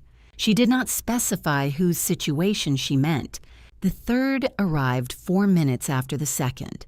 It said simply that Colin had asked her to reach out and that she hoped I would consider responding. I read all 3 again slowly, the way you read something when you want to make sure you're understanding it correctly and not reading into it what you expect to find. Then I put my phone face down on the table. Colin had asked her to reach out. Not Gerald, not Humphrey Caldecott Colin. Which meant that whatever had happened in Gerald's office on day 12 had not been the beginning of a coordinated strategy. It had been a recalibration exactly as the note said, Gerald pulling back, reassessing, deciding what and who was worth protecting. Colin, in response, had reached sideways to the one person he still thought might have influence over me. He had miscalculated the nature of that influence by approximately 3 years and $28,000. I turned my phone back over. The 3 messages sat there unread in the sense that matters, unanswered, unacknowledged, existing in the space where a reply should have been and wasn't. I picked up my pen. The chapter I'd been working on was the 7th. It had been giving me trouble for 2 days, not the events of it, which I knew, but the angle, the specific place to stand inside the scene so that it read true rather than just accurate. There's a difference and it matters, and you can't always explain it to someone who hasn't spent time trying to close the gap between the two. I'd written the opening paragraph 4 different ways. The 4th was closest. I read it back, made 2 small changes, and kept going. Outside, the afternoon moved through its ordinary business. Inside, the kitchen held its familiar smell of garlic and wood and the ghost of the lunch service. And you refilled my tea at some point, without asking. and the chapter slowly found its shape under my hands. I didn't think about the 3 messages. I thought about the chapter and the angle, and the particular quality of attention required to write something true, the way it demands that you be entirely present in one place, while the rest of the world conducts its affairs without you. For 40 minutes, the rest of the world could wait. By the time I stopped, the light through the kitchen window had shifted from afternoon to early evening, and I had 11 pages I hadn't had that morning. And the chapter was not finished, but it was no longer broken, and that was enough for one day. I closed the laptop. Hugh was starting the dinner prep. The kitchen filled with the sounds of a place getting ready to feed people. I left the 3 messages unanswered. I went to wash my hands for dinner. The last table had turned over at 9:15, and by 9:30 the dining room was empty, and the front door was locked, and the 3 of us had settled into the familiar rhythm of closing Hugh at the prep table with the books, Peggy reconciling the till me at the small back table with a cup of tea, and the week's inventory list, which I had offered to check, because it gave my hands something to do that wasn't thinking. It was the kind of quiet I had grown up inside, specific and earned the quiet of a place that has done its work for the day and is allowed to rest. The back door opened at 9:45. I knew the sound of that door, the specific resistance of it before it gave the way the hinges announced themselves in the half-second before the door swung wide. I had heard it thousands of times. Deliveries, staff arrivals, my father coming in from the alley after a phone call he'd stepped out to take. I had also heard it with Colin's hand on it. Over the 8 months when he had been the kind of man who came in through the back door of his wife's family's restaurant because he had been welcomed that way and had learned which entrance felt like belonging, he stood in the doorway for a moment before he came in fully. He looked, I thought, like someone who had rehearsed this on the drive over and was now recalculating in real time because the room wasn't arranged the way he'd pictured it. He had probably expected to find me alone or closer to alone. Instead, he found all 3 of us, the books open on the table, the kitchen lights fully up, and Hugh already turning in his chair. "I'd like to talk to Molly," Colin said, privately. Hugh stood up. He didn't say anything immediately. He just stood, which in itself was a kind of answer, the kind that doesn't leave room for negotiation, because it isn't offering any. He was 57 years old and had been running a restaurant kitchen since before Colin was born, and he had the particular stillness of a man who had decided something and was done being asked to reconsider it. "There's nothing here that needs privacy," Hugh said. What followed was long, and I am not going to put all of it down. Colin said things that were designed to sound reasonable and weren't. He spoke about the baby in the careful language of someone who had been advised to express concern because it looked better than not expressing it. He talked about what was fair and what I was entitled to and what the legal process would determine. And under all of it was the particular pressure of a man who had walked into a room expecting to control it and was finding out that he didn't. He directed most of it at me, but he kept looking at Hugh. That was the tell. When people are actually confident, they don't monitor the room. They say what they have to say and let it land. Colin kept checking Hugh's face the way you check a door to see if it's still closed, needing to confirm every 30 seconds or so that it was still holding. It was. Hugh stood at the edge of the prep table with his arms at his sides and his expression arranged into something that was not anger and not contempt, but something quieter and more final than either. At some point, Colin said something about what was best for the child. Hugh said very evenly that Colin had had some opinions about that child recently that were worth discussing. The room went briefly different after that. Colin left at 10:40. He had come in through the back door 55 minutes earlier, expecting to leave with something leverage compliance, some indication that the situation was still manageable from his end, and he left with none of those things. What he left with, instead, though he didn't know it yet, was his voice on a recording. Every word captured through the kitchen window, by a man who had been parked 20 meters away since 9 o'clock and had been notified the moment the back door opened. Rufus had asked me 2 days earlier to let him know if Colin made direct contact. I had texted him from the bathroom at 9:46, 1 minute after the door opened. Hugh locked the back door after Colin's car pulled out of the alley. He used both hands the way he always locked things that mattered, one on the deadbolt, one flat against the door itself. A brief pause to confirm the mechanism had seated properly. It was the same way he checked the gas line before closing, the same way he signed contracts, the same way he did everything that had consequences if it wasn't done right. Peggy set a glass of water in front of me without being asked or announced. She just appeared at my elbow, set it down, and went back to the till. I picked it up. My hands were steady. That surprised me a little.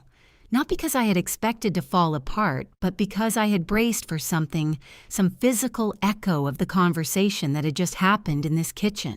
And instead, there was just the glass and the water and the ordinary solidity of the table under my forearms. Colin had stood in this room. He had used the door that used to mean something.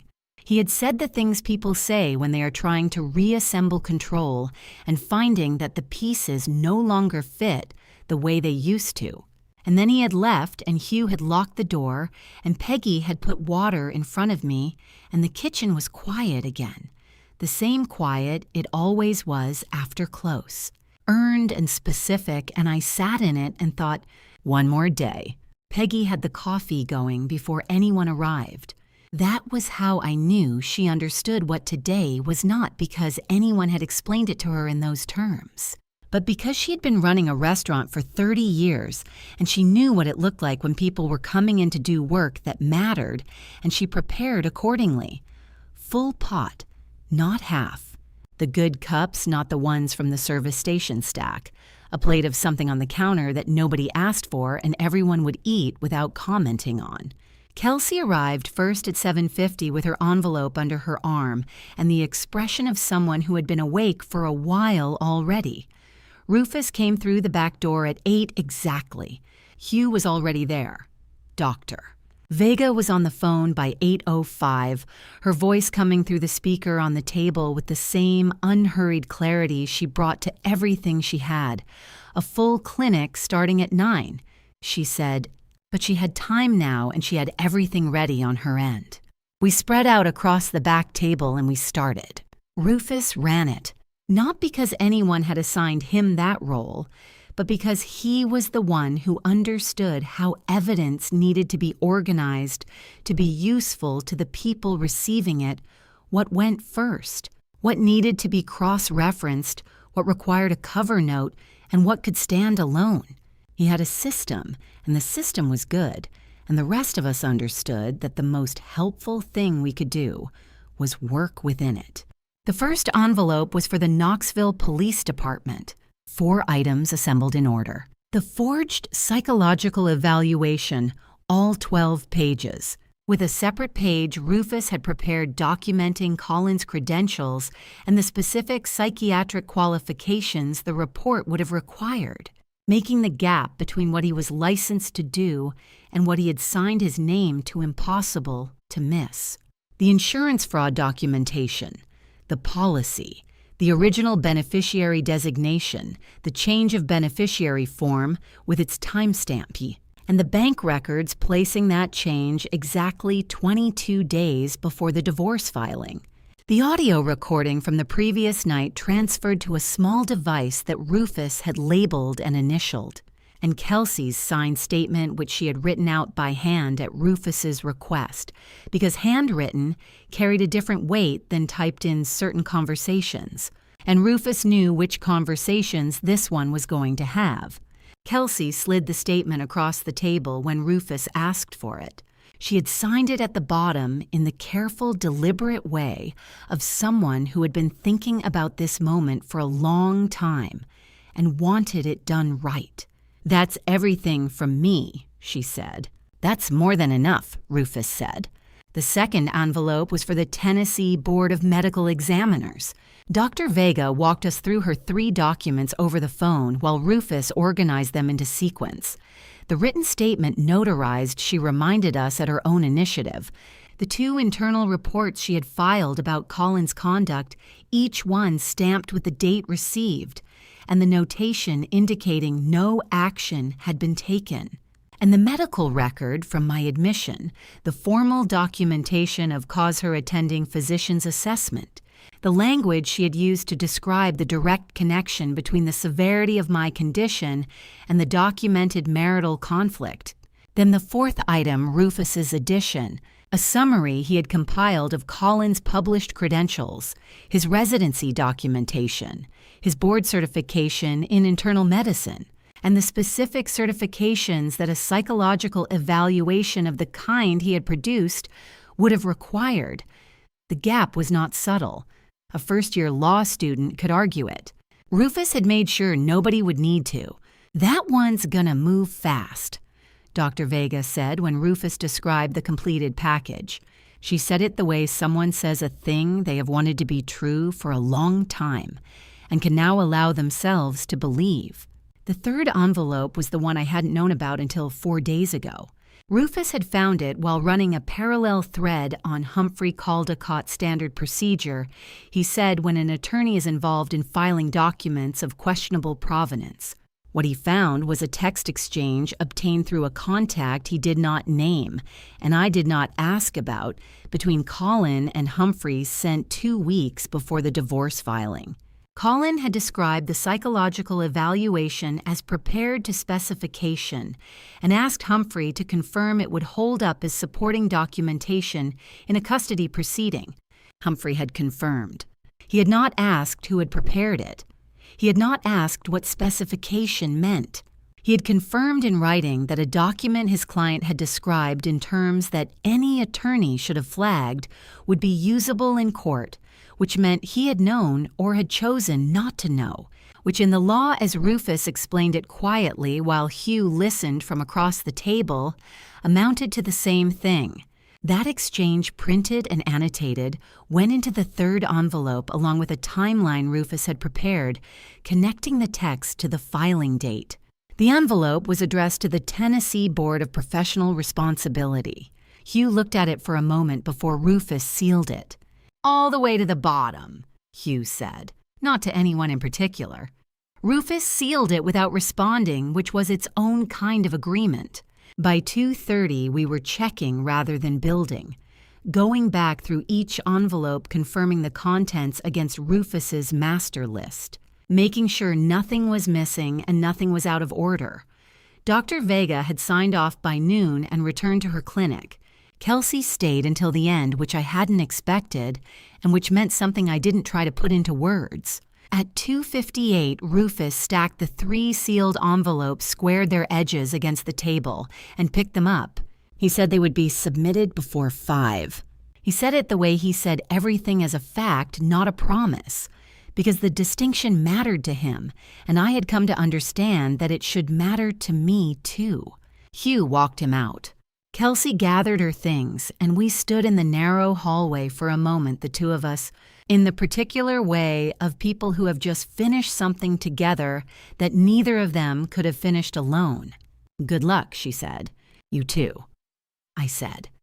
The same words as the parking lot outside the diner, but they meant something slightly different now, more specific, more earned. I went back to the table after she left.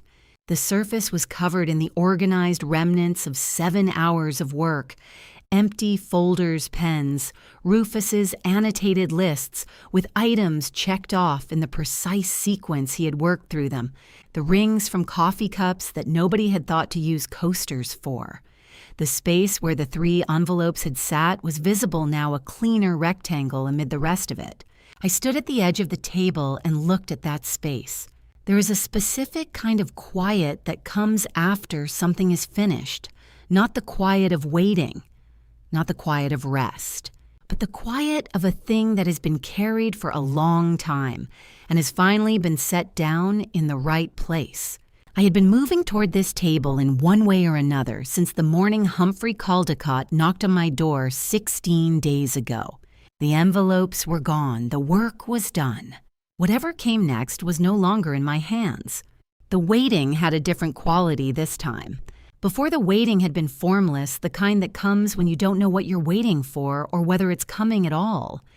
These 3 days were different. I knew the shape of what was moving. I knew the names of the people handling it and the order in which things needed to happen. What I didn't know was the timing, and timing turned out to be the only thing left that I couldn't control, which meant I had to make peace with it or spend 3 days in a state that wouldn't help anyone. I chose as much as a person can choose these things to keep moving. I wrote in the mornings. Not the legal notebook, the manuscript, chapter 12. The woman at the edge of the thing she was finally beginning to name. I helped with the restaurant lunch prep because my hands needed something to do that had immediate visible results. I called Celestine Bowen on the second evening and talked for an hour about nothing important, which was exactly what I needed, and she understood that without being told. Rufus sent a brief note on day 17. 4 words, financial crimes unit open. A shorter note arrived on day 18 verified, moving forward. I read both at the back table and set them with the others in the folder I'd been keeping. Then I went to bed and waited for day 19. The phone rang at 8 in the morning.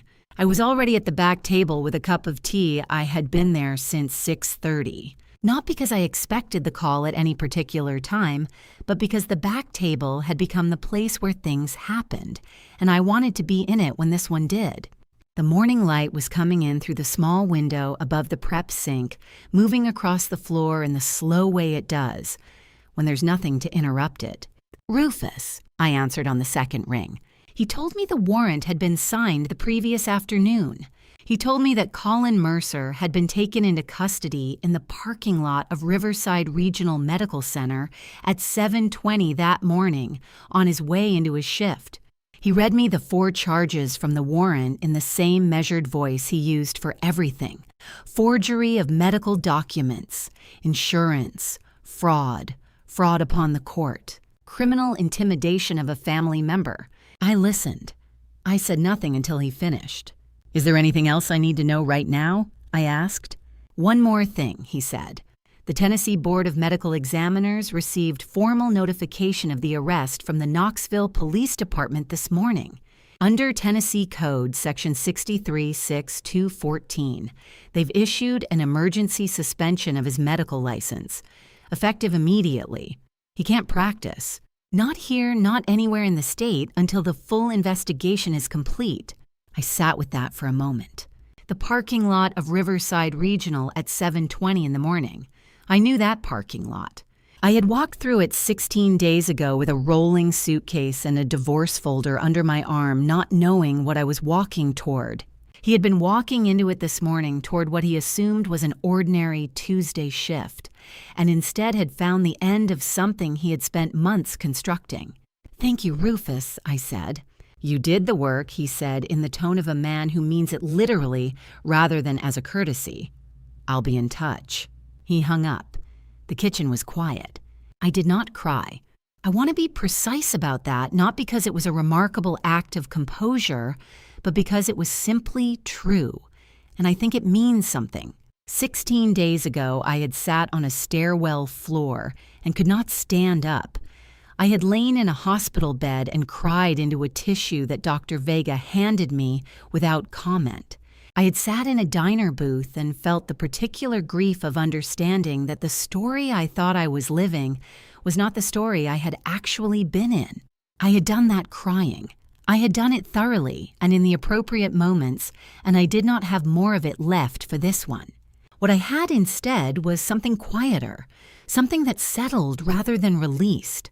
I sat at the back table for a long time after the call ended. The tea had gone lukewarm. The light through the prep sink window was moving across the floor the way it always did at this hour, slow and without agenda, crossing the same ground it crossed every morning regardless of what was happening in the room. I watched it move, and I thought about the sequence of things. Day 17, the file opened. Day 18, the chain of evidence verified. Day 19/7/20 in the morning, 4 charges a parking lot, a man on his way into a shift he would not be taking.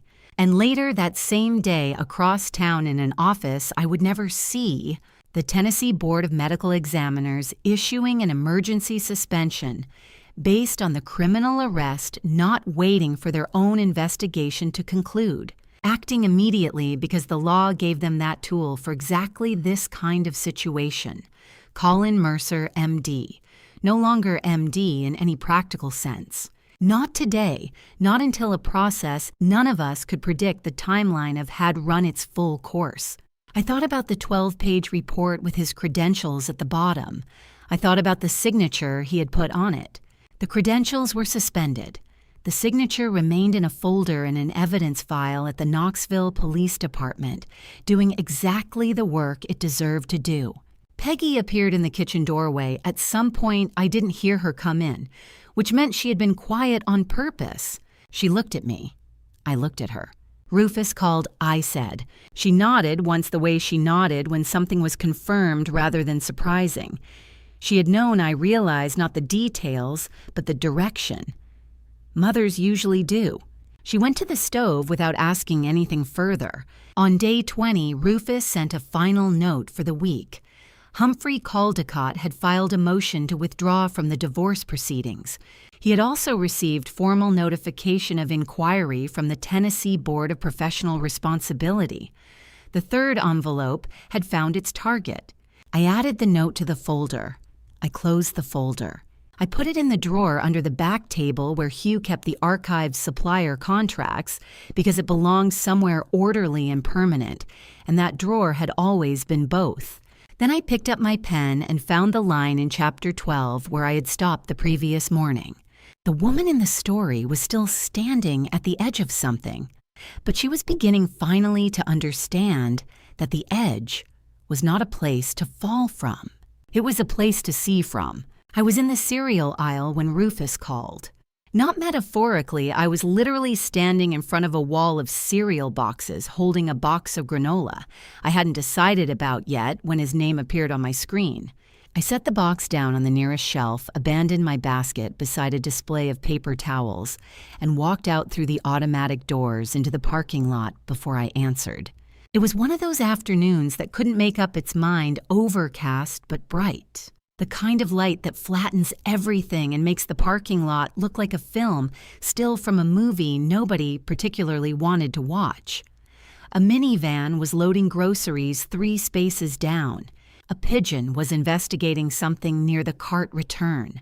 Ordinary Saturday afternoon, the world doing its ordinary work. I have the rest of Cheryl's file, Rufus said without preamble. That was one of the things I'd come to appreciate about him. He didn't soften the beginning of a conversation to prepare you for what was coming. He just told you what was coming.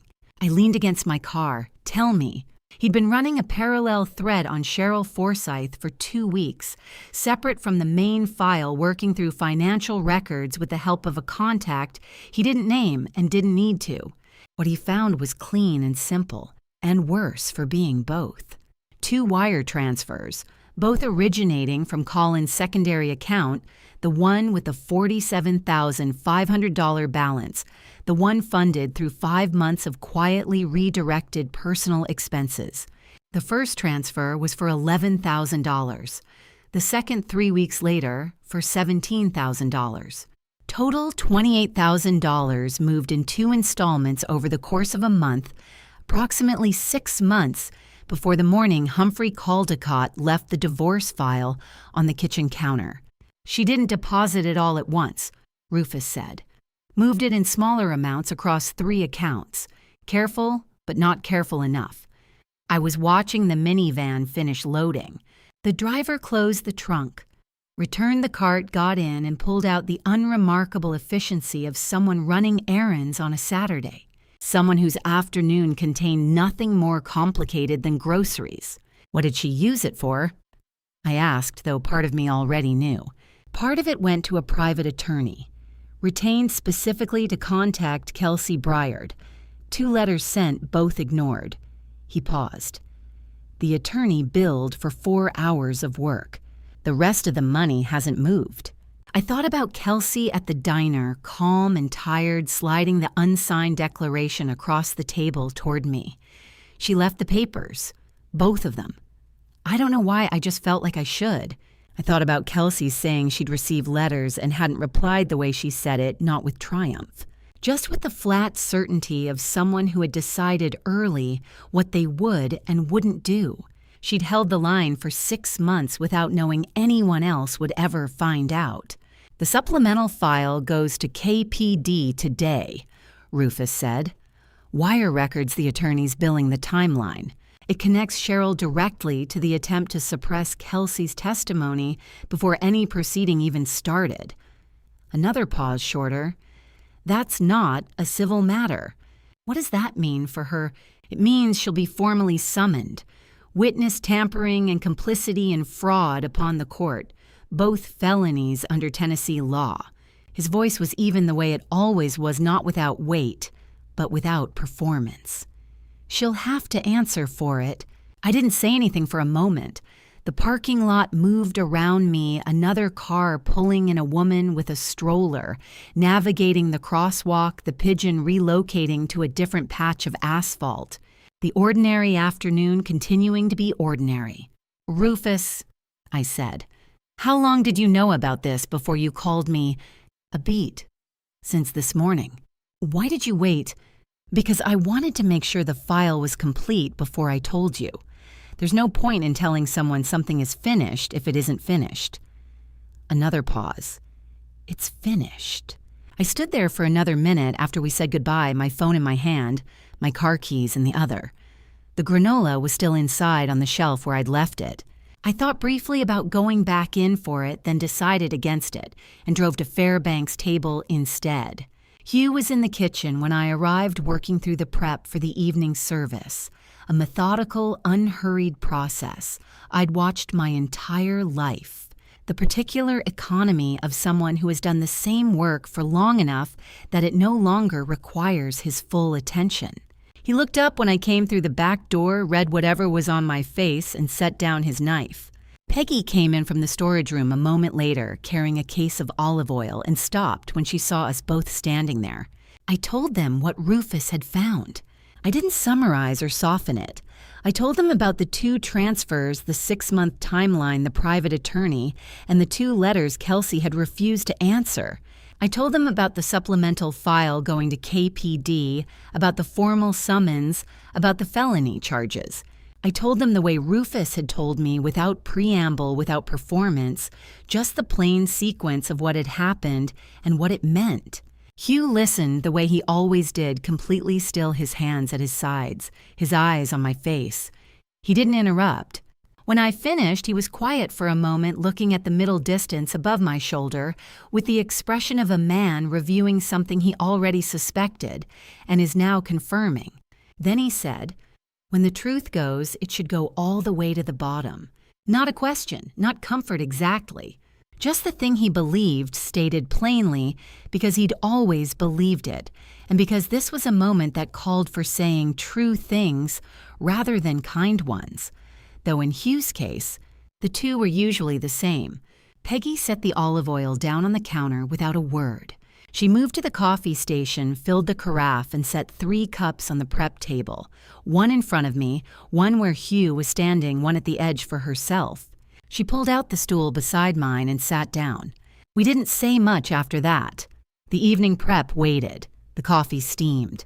Outside, the street was doing what streets do in the late afternoon cars, voices the ordinary accumulation of a city, moving through its day. I wrapped both hands around the cup. The kitchen smelled like olive oil and garlic and the faint sweetness of the bread Peggy had baked that morning, and it smelled underneath all of that, like the place I had come back to every time something needed to be held. I drank the coffee. I let the afternoon settle around me. It was enough for now to know the file was complete. The new attorney's name was on a court document that arrived in the mail on a Tuesday morning, and I read it at my parents' kitchen table with a cup of coffee that had gone slightly cold before I remembered to drink it. Her name was a stranger's name, which was exactly right. I didn't need someone with history in this situation. I needed someone whose only job was to represent what the evidence showed, and the evidence four grounds, documented and submitted, and already in the hands of the people who needed it, did most of the talking on its own. The divorce was proceeding through Tennessee's mandatory 90-day civil waiting period. 90 days required by law when an unborn child is involved, because the state understood something that Colin apparently had not when he filed on a Tuesday morning, without warning that the legal system moves at its own pace, and the pace is not determined by the person most eager for the outcome. I found that on balance satisfying. The new attorney called me the following week to walk through what the evidence conversion meant in practical terms. What it meant was this four documented grounds: adultery, concealment of marital assets, forgery of court documents, and emotional abuse with recorded physical consequences had shifted the filing from no fault to fault-based. Under Tennessee fault-based divorce law, that shift carried weight. The majority of marital assets would come to me. The question of custody, given the forged psychological evaluation and everything that had followed it, was not a question anymore. She said sole custody, the way attorneys say things they consider already decided, not triumphantly, just factually, with the particular efficiency of someone who has read the file and seen where it ends. I thanked her. I wrote down the dates she gave me. I hung up and sat for a moment with the notepad in front of me and thought about the 12-page report Colin had signed with credentials he didn't have designed to prevent exactly this outcome. It had become instead one of the four grounds that made the outcome certain. Esperanza Dills called on a Thursday afternoon toward the end of the third week.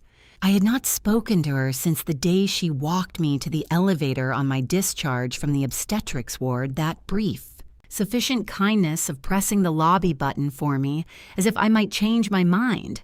She called now from what sounded like a break room, her voice low and slightly hurried, and she read me something from her phone. It was an internal memo from Riverside Regional Medical Center. 3 paragraphs. The relevant sentence was in the second paragraph: Gerald Langston was stepping down from his position as chairman of the board of directors, effective at the end of the month, citing a desire to focus on personal and family matters. I thought you should hear it, Esperanza said. Thank you, I said, for this and for the other thing. She knew which other thing I meant. The 8 minutes on the stairwell, the gurney, the steady voice asking how far along I was. She made a small sound that was not quite a dismissal and not quite an acknowledgement, and said she had to get back and hung up. I sat with the memo for a while. Gerald Langston stepping down to focus on personal and family matters. The language of managed exits, the kind that doesn't say what happened, only that it's over. He had built something at Riverside Regional over a long career, and he had watched it become adjacent to a fraud investigation and a criminal arrest and whatever was still unfolding in the weeks ahead. And he had made the calculation that men like Gerald Langston always make. When the architecture stopped serving them, he had walked away from it cleanly before anyone could ask him to explain it. Portia, I learned through Rufus's final update note that same week, had retained her position as a cardiologist. She had been transferred to a facility across the city, quietly, efficiently. The kind of reassignment that appears in paperwork as a routine personnel matter and means something entirely different to everyone who knows the context. She was still practicing. She was just practicing somewhere that didn't have her father's name attached to its institutional legacy anymore. Dr. Vega called the following Monday. She had heard from the Tennessee Board of Medical Examiners, not officially, but through the channels that existed between people who had been filing reports into the same institutional void for long enough to know each other. The full internal investigation into Colin Mercer's conduct was confirmed to be proceeding in parallel with the criminal case, 2 tracks moving simultaneously, each feeding the other. What's the likely outcome? I asked. She was quiet for a moment in the way she was quiet when she was being precise, rather than evasive. Permanent revocation, she said. Not immediately. These processes take time and he'll have representation, and the process will be followed correctly. But the documentation is comprehensive. The criminal charges are serious. The board doesn't typically reach a different conclusion when the picture is this clear. I thought about the letters MD at the bottom of a 12-page document that should never have existed. How long have you been filing reports? I asked. Not about Colin, specifically about all of it. The patterns she had described in that hospital room, the things she had observed and documented and sent into a process that hadn't acted on them. Long enough, she said, to know that sometimes it takes the right file arriving at the right time. She said it without bitterness. Just the steady recognition of someone who had kept doing the work anyway, in the understanding that the work mattered even when the results were slow. I thanked her. She told me to take care of myself and the baby. She hung up in her efficient way. I set the phone down on the kitchen table. My parents' kitchen table, not the island at Marble Springs, not the 14th floor with the floor-to-ceiling windows and the light that used to feel like something I owned. This table in this kitchen, with the particular smell of a house that had been lived in fully and without performance for 30 years. The table where I had eaten breakfast before school, where Hugh had helped me with geometry homework, where Peggy had set soup in front of me without asking on the night everything began. My laptop was open in front of me, the manuscript file. Chapter 12. I looked at it for a moment, the cursor blinking in the same patient way it always blinked, waiting the way good things wait without urgency or resentment. The woman in the story had been standing at the edge of something for a long time now. She had been standing there since before any of this started, since the morning the knock came, and I had closed the screen and walked out with a suitcase and a folder under my arm. She had waited through the hospital and the laptop and the diner and the back table and the 3 sealed envelopes and the parking lot and the call from Rufus and everything that had followed. She had waited long enough. I pulled the laptop closer. I found the line where I had stopped. I kept writing. The courthouse steps felt like the last page of something I hadn't written a chapter that ended mid-sentence, then simply stopped. By the time I got back to Fairbanks' table that afternoon, I didn't feel like celebrating. I felt like sitting down. So I did, and that became the pattern. Every evening after the dinner rush thinned and the front-of-house noise settled into the low hum of the exhaust fan, I pulled out my laptop and opened the file. The table was small, barely enough for the computer, and a mug tucked into the back corner of the kitchen where the wall met the dry goods shelves. It smelled like garlic and old wood and the ghost of whatever the evening special had been. Nobody asked me how the writing was going. Nobody hovered. Hugh set a pot of tea at the edge of the shelf without a word. He refilled it before it ran out and never once asked if I needed anything. That was its own kind of grace, the understanding that presence doesn't require commentary. Peggy moved differently. She'd appear beside me with something white bean soup, half a grilled cheese, a small plate of roasted sweet potatoes, place it within reach, and disappear back into the rhythm of her evening without interrupting a sentence. I don't know how she always knew when I hadn't eaten, but she always did. Celestine called every Sunday without fail. We talked about her garden, about a documentary she'd watched twice because she fell asleep the first time and refused to admit it, about whether the coffee place 2 blocks from her apartment had changed their roast or whether she was just tired. One Sunday, she called and we stayed on the line for nearly an hour without discussing anything of consequence. Her neighbor's wind chimes, a book she'd started and abandoned. The particular way afternoon light hit her kitchen floor in October. Before she hung up, she said, almost as an afterthought, "You sound like yourself again." I didn't respond right away. I wasn't sure if it was true, but I held on to it. The book came back slowly. In the first weeks after the legal proceedings wrapped, I couldn't find the voice. I'd open the file, read the last paragraph I'd written before everything started, and feel like a stranger standing in my own living room. The words were mine, but the person who wrote them felt distant. Someone who still believed she was sitting in apartment 14 at Marble Springs. drafting a quiet story while her life arranged itself neatly around her. She wasn't, but I was still here. There was one night sometime in the second month of writing when I sat at that back table for 2 hours and produced 4 sentences, deleted 3, and stared at the remaining one until it stopped looking like a sentence at all. Hugh refilled the tea twice. Peggy left a plate of crackers and cheese that I ate without noticing. I closed the laptop at midnight, feeling like I'd spent the evening moving furniture in a room that didn't want to be rearranged. The next evening I came back. That was the only real rule I'd given myself. Slowly, the chapters found their shape. I rewrote the middle from a different angle, let the narrator carry more weight than I'd originally planned, let her know things she hadn't known at the start. The book wasn't autobiographical, but something had been pressed into the sentences during those months, something that hadn't been there in the early draft, a particular quality of attention, the kind that comes from having looked at things very carefully for a very long time. By 7 months, the manuscript had momentum. By 8, I could feel the ending coming the way you feel the last mile of a long walk, not with relief exactly, but with the recognition of familiar ground. The baby moved most in the evenings, right when I sat down to write. I took that as a sign of something. I still don't know what. The last page came on a Tuesday.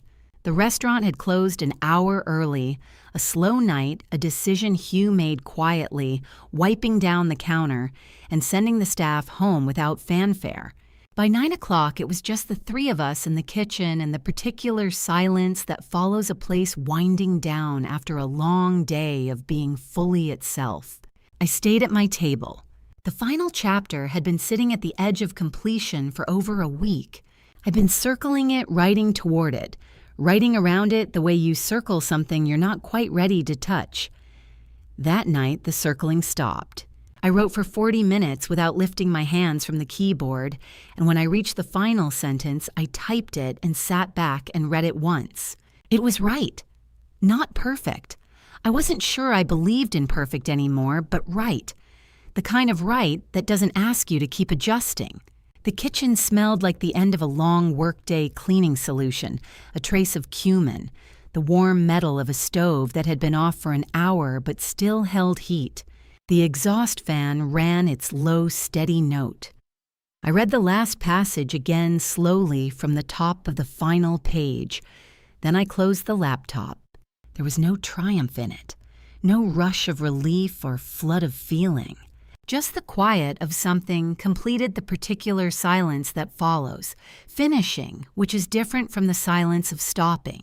I'd learned that difference somewhere in the previous months, though I couldn't point to the exact moment it had become clear. Hugh glanced over from the far counter, said nothing, and went back to the receipts. The tea had gone cool. I wrapped both hands around the mug anyway and sat there for a while in no hurry to be anywhere else. In the morning, I attached the completed manuscript to a standard submission email, a brief introduction, the full draft, a short description, and sent it to a New York literary agent whose name I'd written in my notes 4 months earlier. I did it before 8 while the coffee was still brewing, standing at the counter in the early quiet before the day had fully committed to being a day. I pressed send. The coffee finished. I poured a cup and stood by the window and watched the street come alive the way it always did gradually then, all at once. 3 weeks later, the publishing contract arrived in my inbox at 7:42 in the morning. By 9:15, I was in a hospital room. The timing felt like something the universe had been quietly building toward one of those arrangements that only reveals its shape in retrospect when you can finally see the whole of it. I thought about that later in the particular calm of an afternoon that had asked everything of me and then given something back I hadn't known to ask for. The contract waited. Everything else could wait too. Some things arrive exactly when they're supposed to.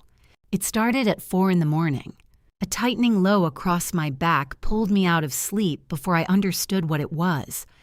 I lay still for a moment, then sat up and knew. The bag had been packed for 3 weeks.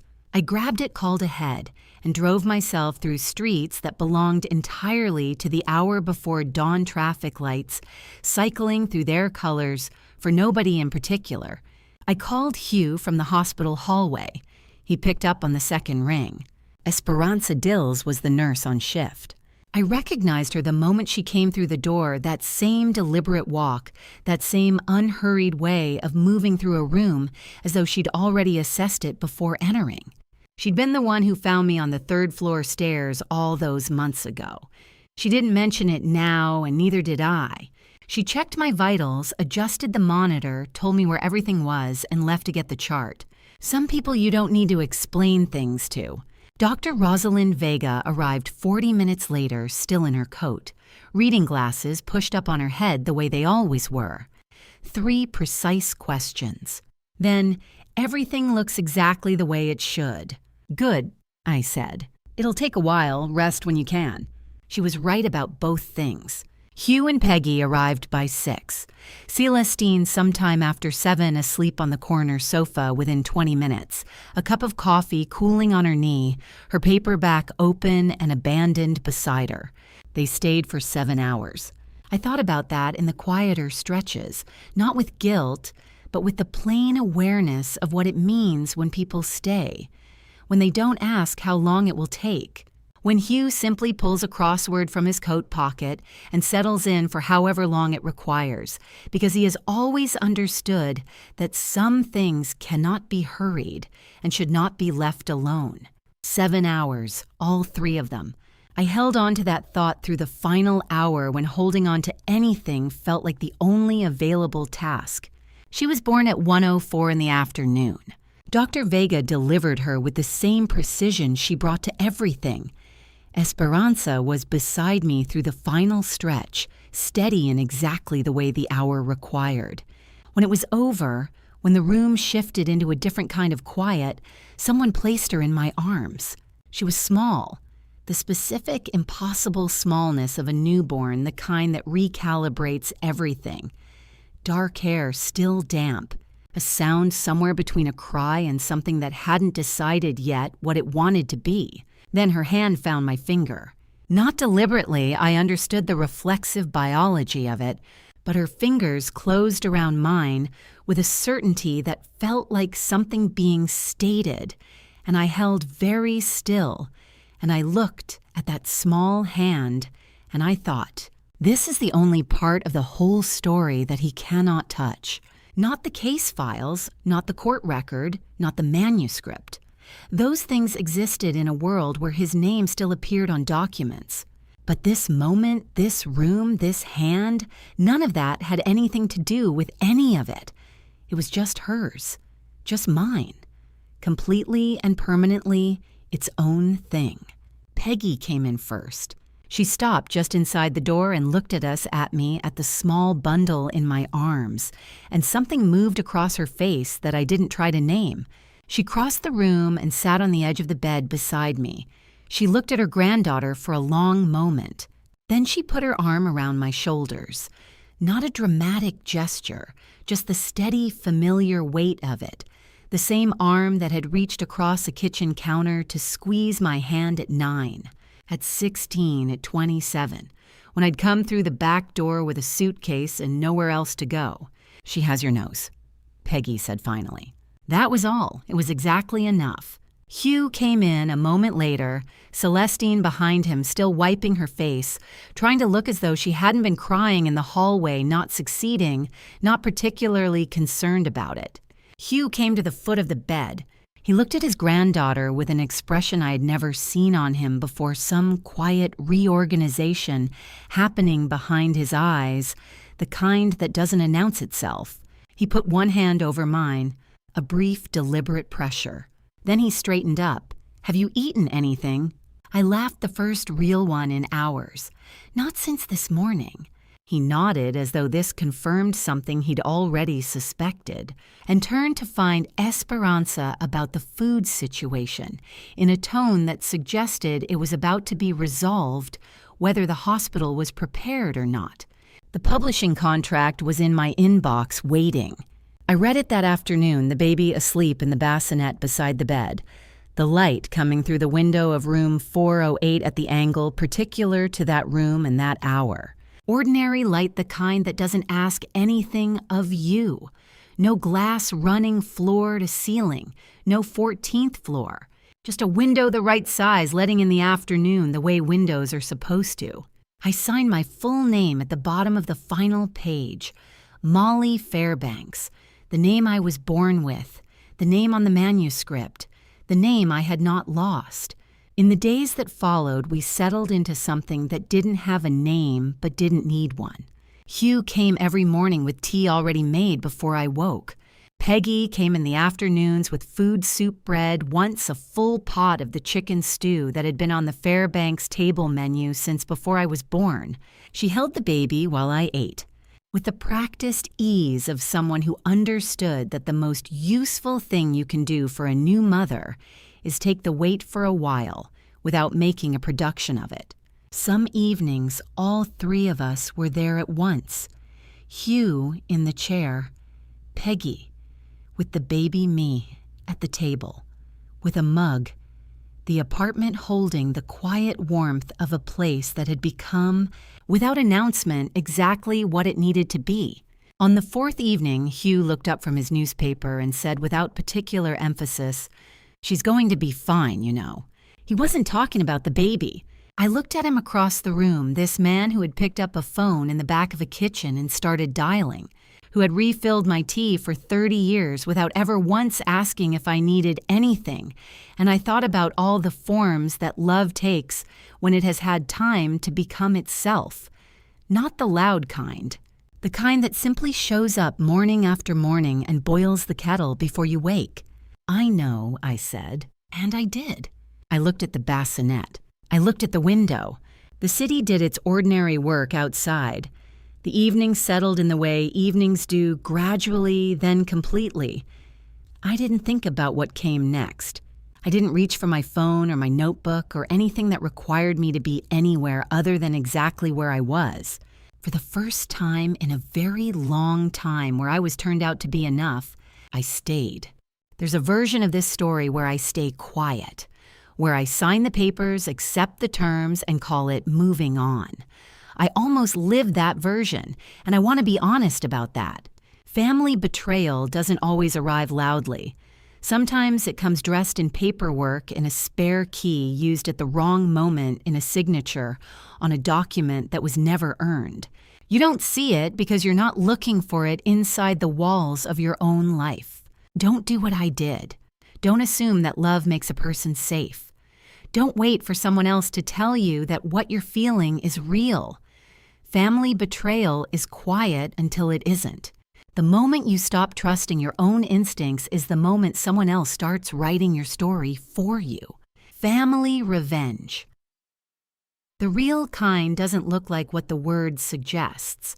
It looks like 3 people in a waiting room for 7 hours.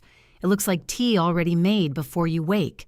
Family revenge looks like a father who picks up on the second ring every single time. God places the right people in your path. The lesson is learning to recognize them before it's too late.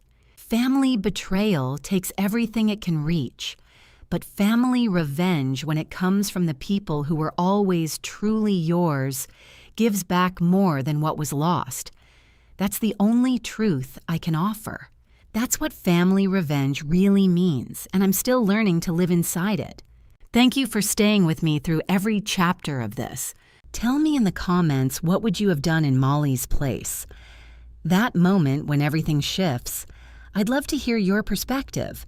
If this story meant something to you, subscribing keeps you with me for whatever comes next. Some details here have been shaped for narrative purposes. If this style isn't for you, there's something else waiting. Thanks for being here and listening to this story. I will see you in the next one.